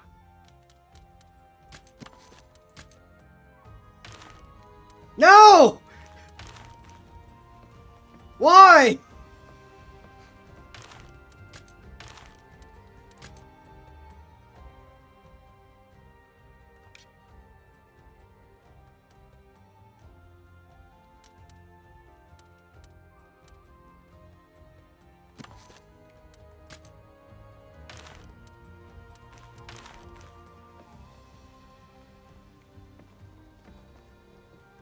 That's unfair. I don't like that.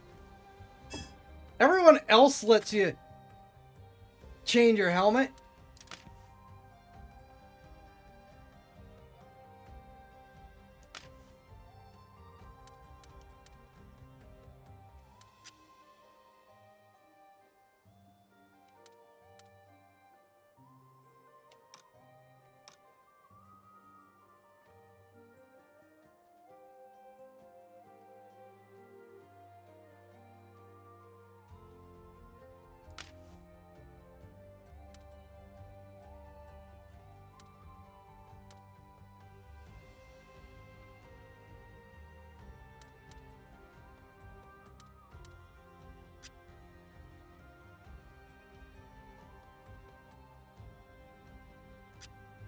Every other game is like, oh no, you've got to ask to have the helmet on. And this game is like, nope, you're not allowed. I like that look.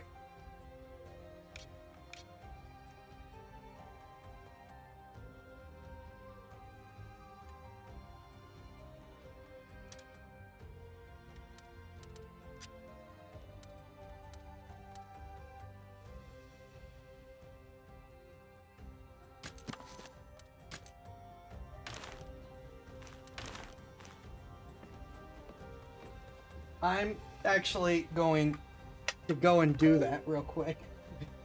Do this real quick.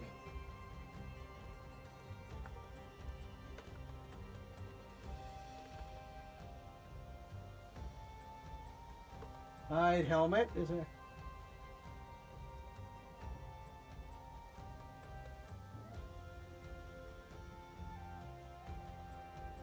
All right.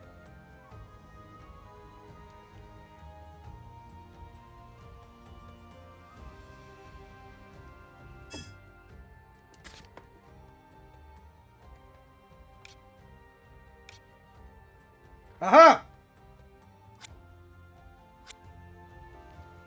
It is there, I just didn't notice it because they put the Q on the other side of the screen as all the other ones.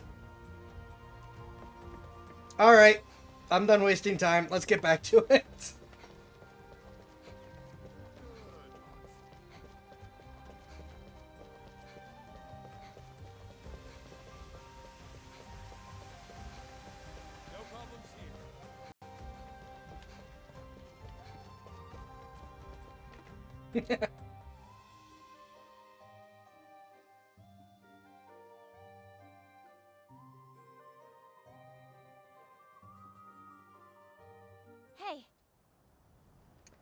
Hey, Sir, should procure some eggs as well. You see that monster den over there? The random tiny cave in the middle of the field? You don't say. Eggs. okay. Leviathan, let you swim. Okay. Okay, as you find the water, entrances to monster dens where you can obtain monster eggs. Collecting those eggs and hatching them at stables or near monster alleys. Alleys? Allies! Rare dens and super rare dens have a low chance of appearing, but they often contain eggs of rare monsters that have extremely valuable genes.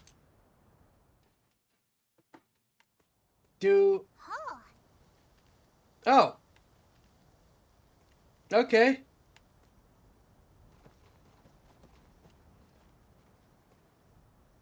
Good monster. Do we as a medieval society know what genes are? It's a sparkly over here.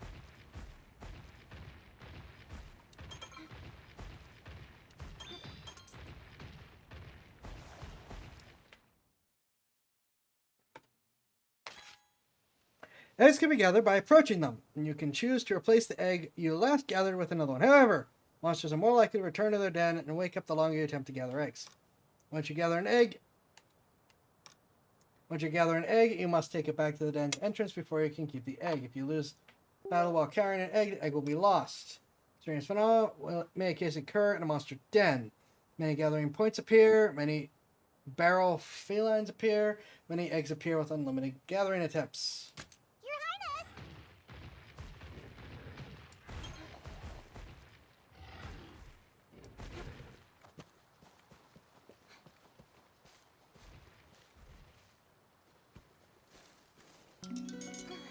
Fairly potent Leviathan egg. Sure you want this egg? It could be hard to decide.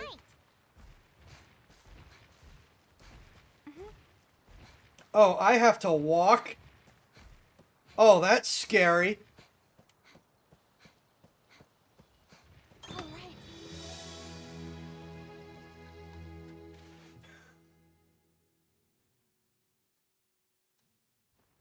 So we could just immediately take this back then, right? And then the mysterious cave just vanishes. Cool.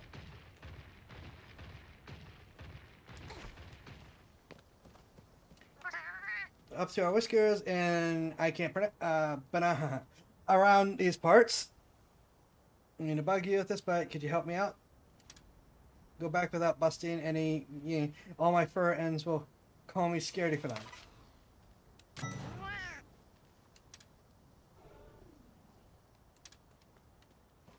Insert Muppets here.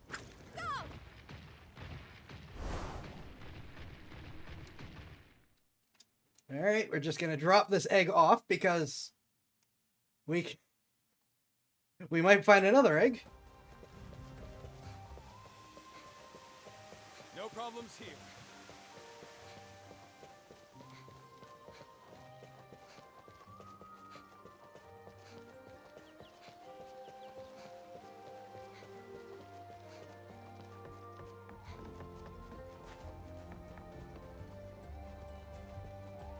I'm ready for anything. I don't know where I put the egg. I'll give it my all. Hello. Be careful. Okay. Where do I put the egg?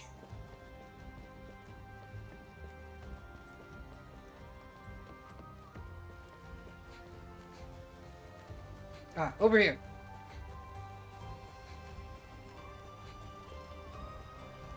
No?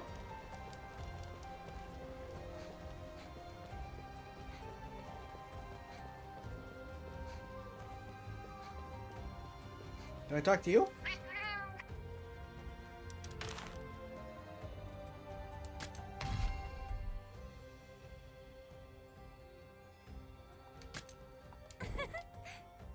I do talk to the cat.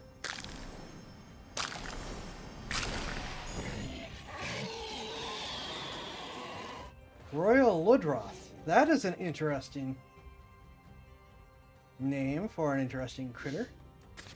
Royal, huh?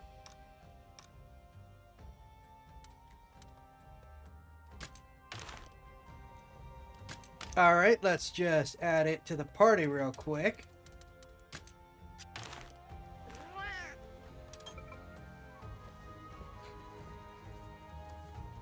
Nope, I cannot call the critter while I'm here.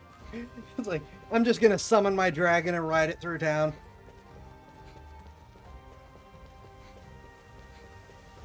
Okay, I like that she actually stumbles when you're doing like weird turns while running on uneven terrain. Which, speaking of, I like that, yeah, the critters are not super precise to control, unlike some games, but it, similar to how you get like Shadow of the Colossus, it feels like it's because you're riding a trained animal, not...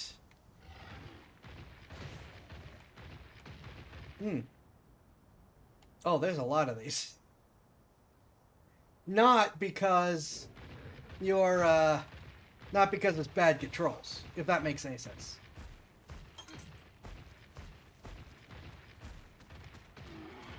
Can I get around behind you?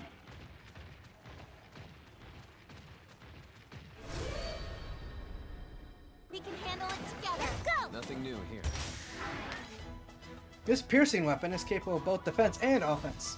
It enables the use of shelling skills, I do like the sound of that, and skills that draw enemy attacks, as well as Wyvern's fire skill, which damage enemies while with a single powerful attack. Starts fully loaded at the beginning of the battle, depletes with each use of shelling skills, replenishes by winning head-to-heads or by using reload skills. Deals massive damage, but the gun barrel will overheat and become unusable for a few turns. Using hail cutter can reduce the duration of overheat.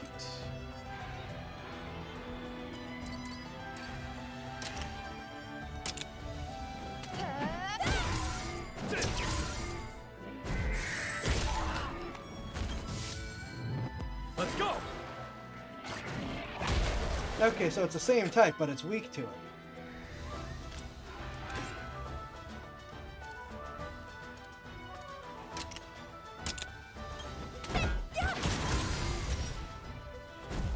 That's how I think a lot of these heavy weapons should be used, that no one ever does. You have a cutout in the shield that you brace against to fire. Oh. Are you okay? No! That's not good. That's bad.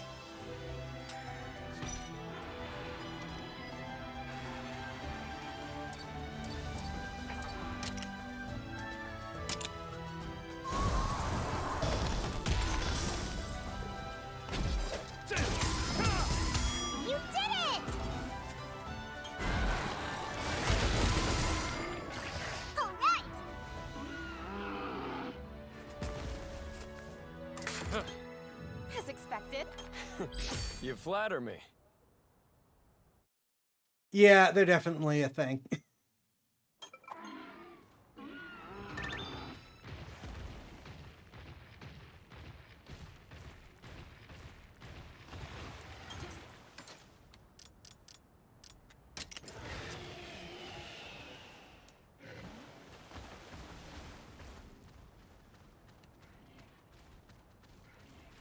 So it's a Komodo dragon with floaties.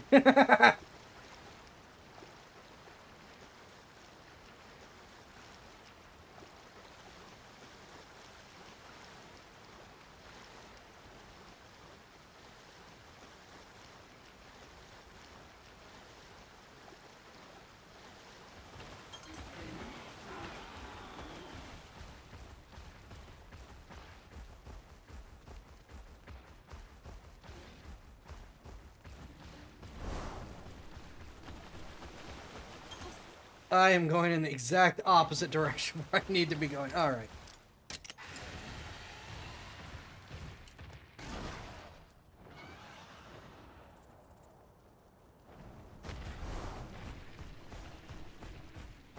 Ah, yes, the tower.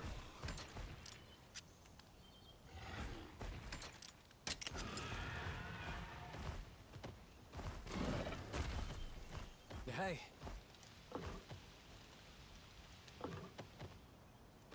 What's this? No? Is this not the lookout? Oh, wait, do I have to get off?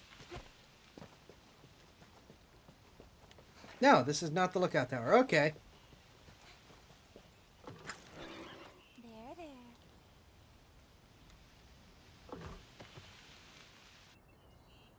No. Up ahead, this could be dangerous.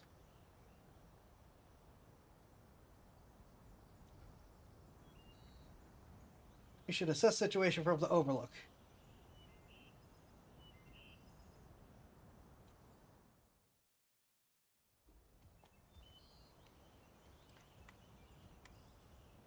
Just okay, sure.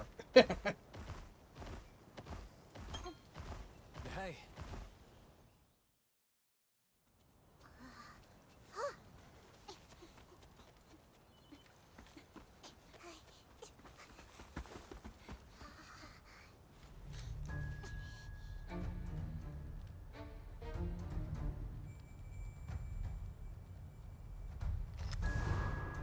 This is terrible. We must hurry and report this to the king. Yeah, you're right. Better make sure they don't spot us. This way. They're absolutely going to spot us. Hey.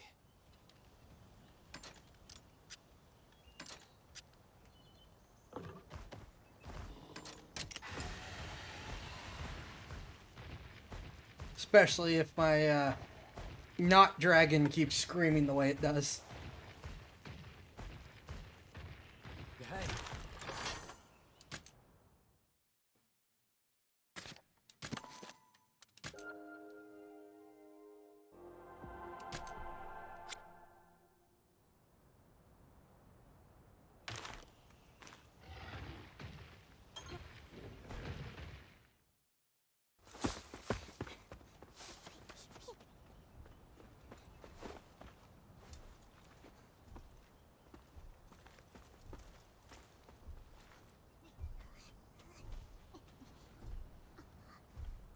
Must be it. It's exactly as they said. That beast is no ordinary monster. It's missing a rider. D-Rex? Could it have been separated from them somehow? Simon, what are you? Something's wrong. We can't let this Glavenus go.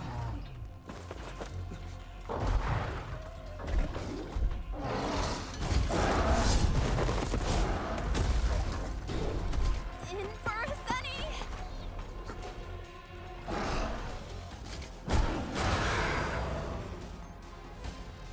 Let's give it our all. Stay calm. Oh no. That's okay, awesome. And what's that weird feeling I'm getting? Goody! Alright, it is blue. No, it is red. So we want blue.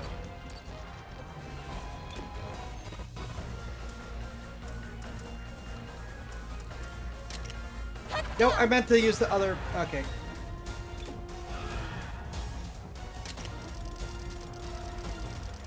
Why is it going crazy?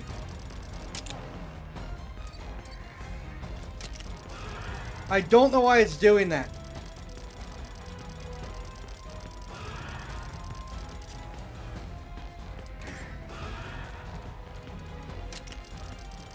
I don't know why it's doing that.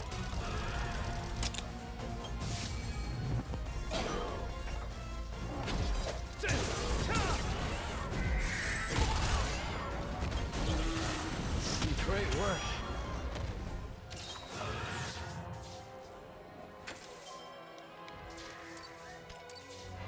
Okay, still red. I don't know what's going on.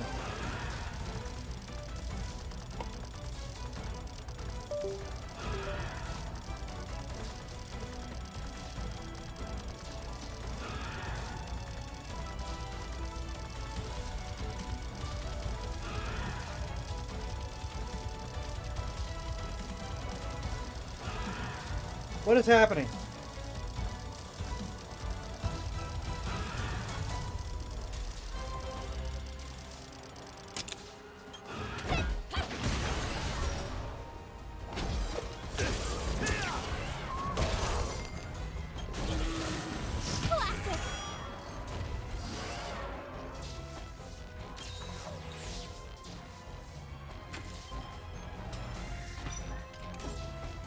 I guess we're just... Yeah, it's not my bumpers. Because these would be going nuts too.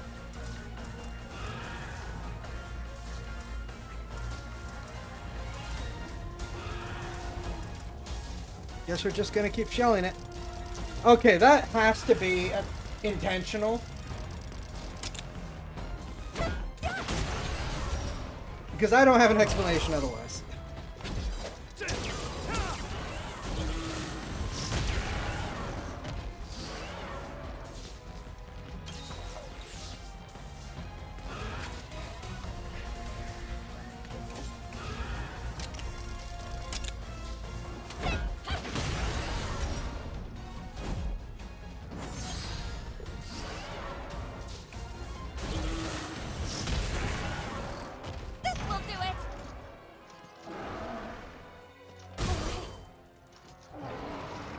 Okay.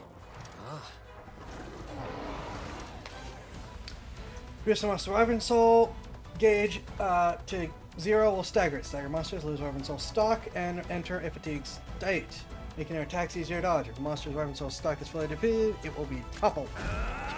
Nice job!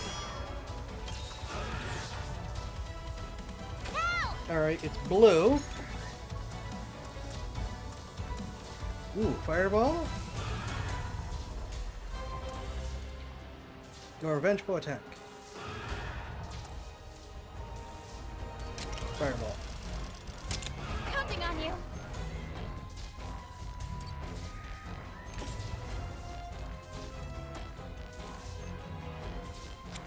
Ah, yes, I need to reload. Or I can just attack normal. Now's our chance. Okay. That's it. How anime of you. Watch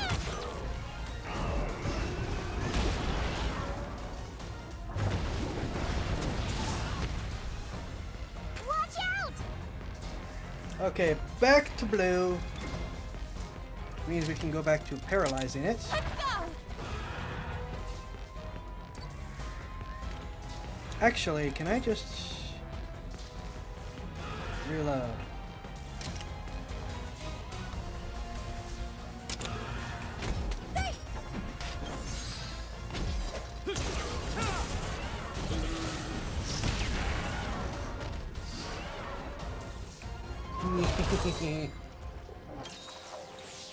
It turns out that metal armor is a problem when you're getting hit with electrical attacks.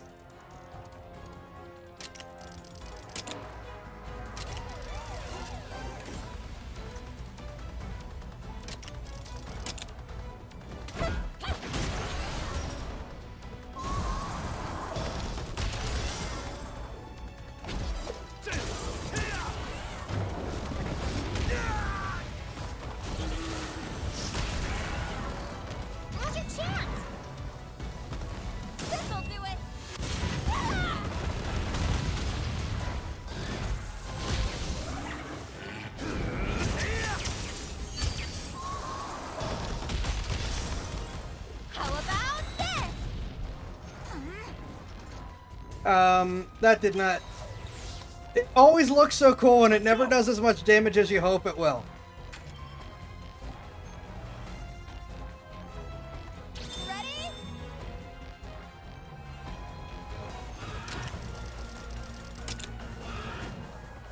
Let's do this. That helps.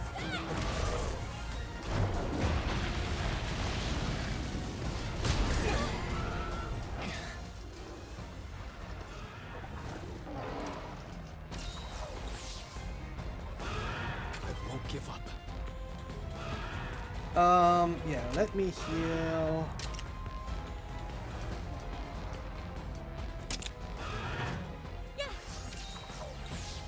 Go ahead. Let's go. Fuck! What? What'd he say? No, seriously, what did he just say? That'll do it. Oh, so what else does he voice? Because he sounds very familiar.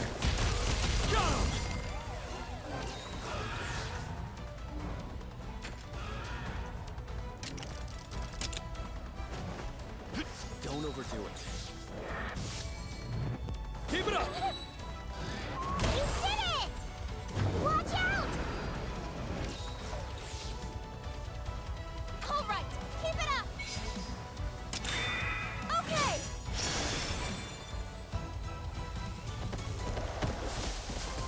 All right, am I gonna fall off too?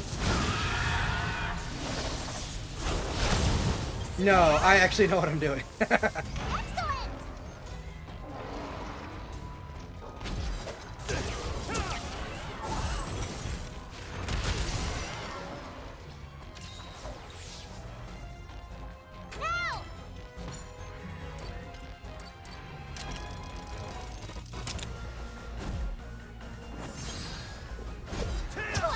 I'm gonna stick with the Dachi because stuns.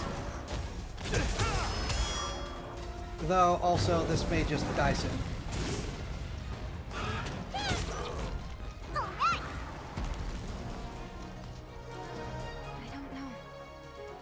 But if here, this is all too strange. Come on, we have to look into this. Well, we've got like 8 dragons with us. They could probably carry it back.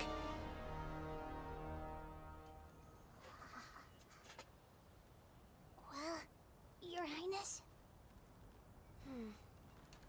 I've never seen a Glavenus like this. It's strange, but could a person have altered it somehow?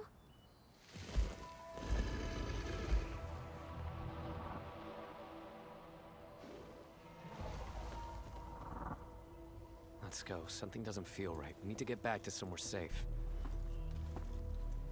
I'm not asking. Right. Let's get going.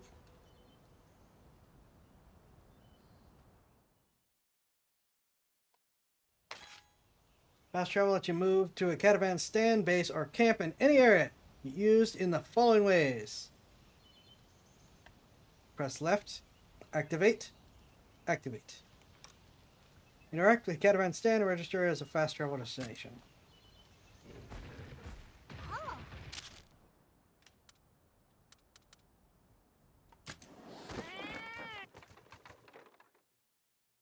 Wait, does the cat have to carry all 8 dragons?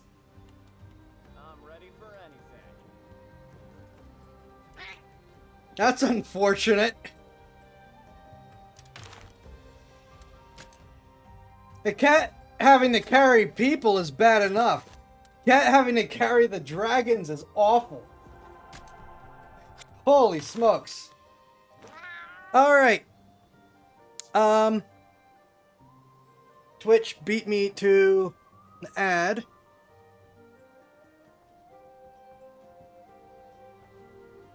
But this is gonna be our end for tonight. I figured this would be a bit longer, even if I hadn't done the reacts. I will thank you all for watching. I will see you all tomorrow. Hope you all have a great weekend. Be safe. Take care, and I will see you next time. Laters all.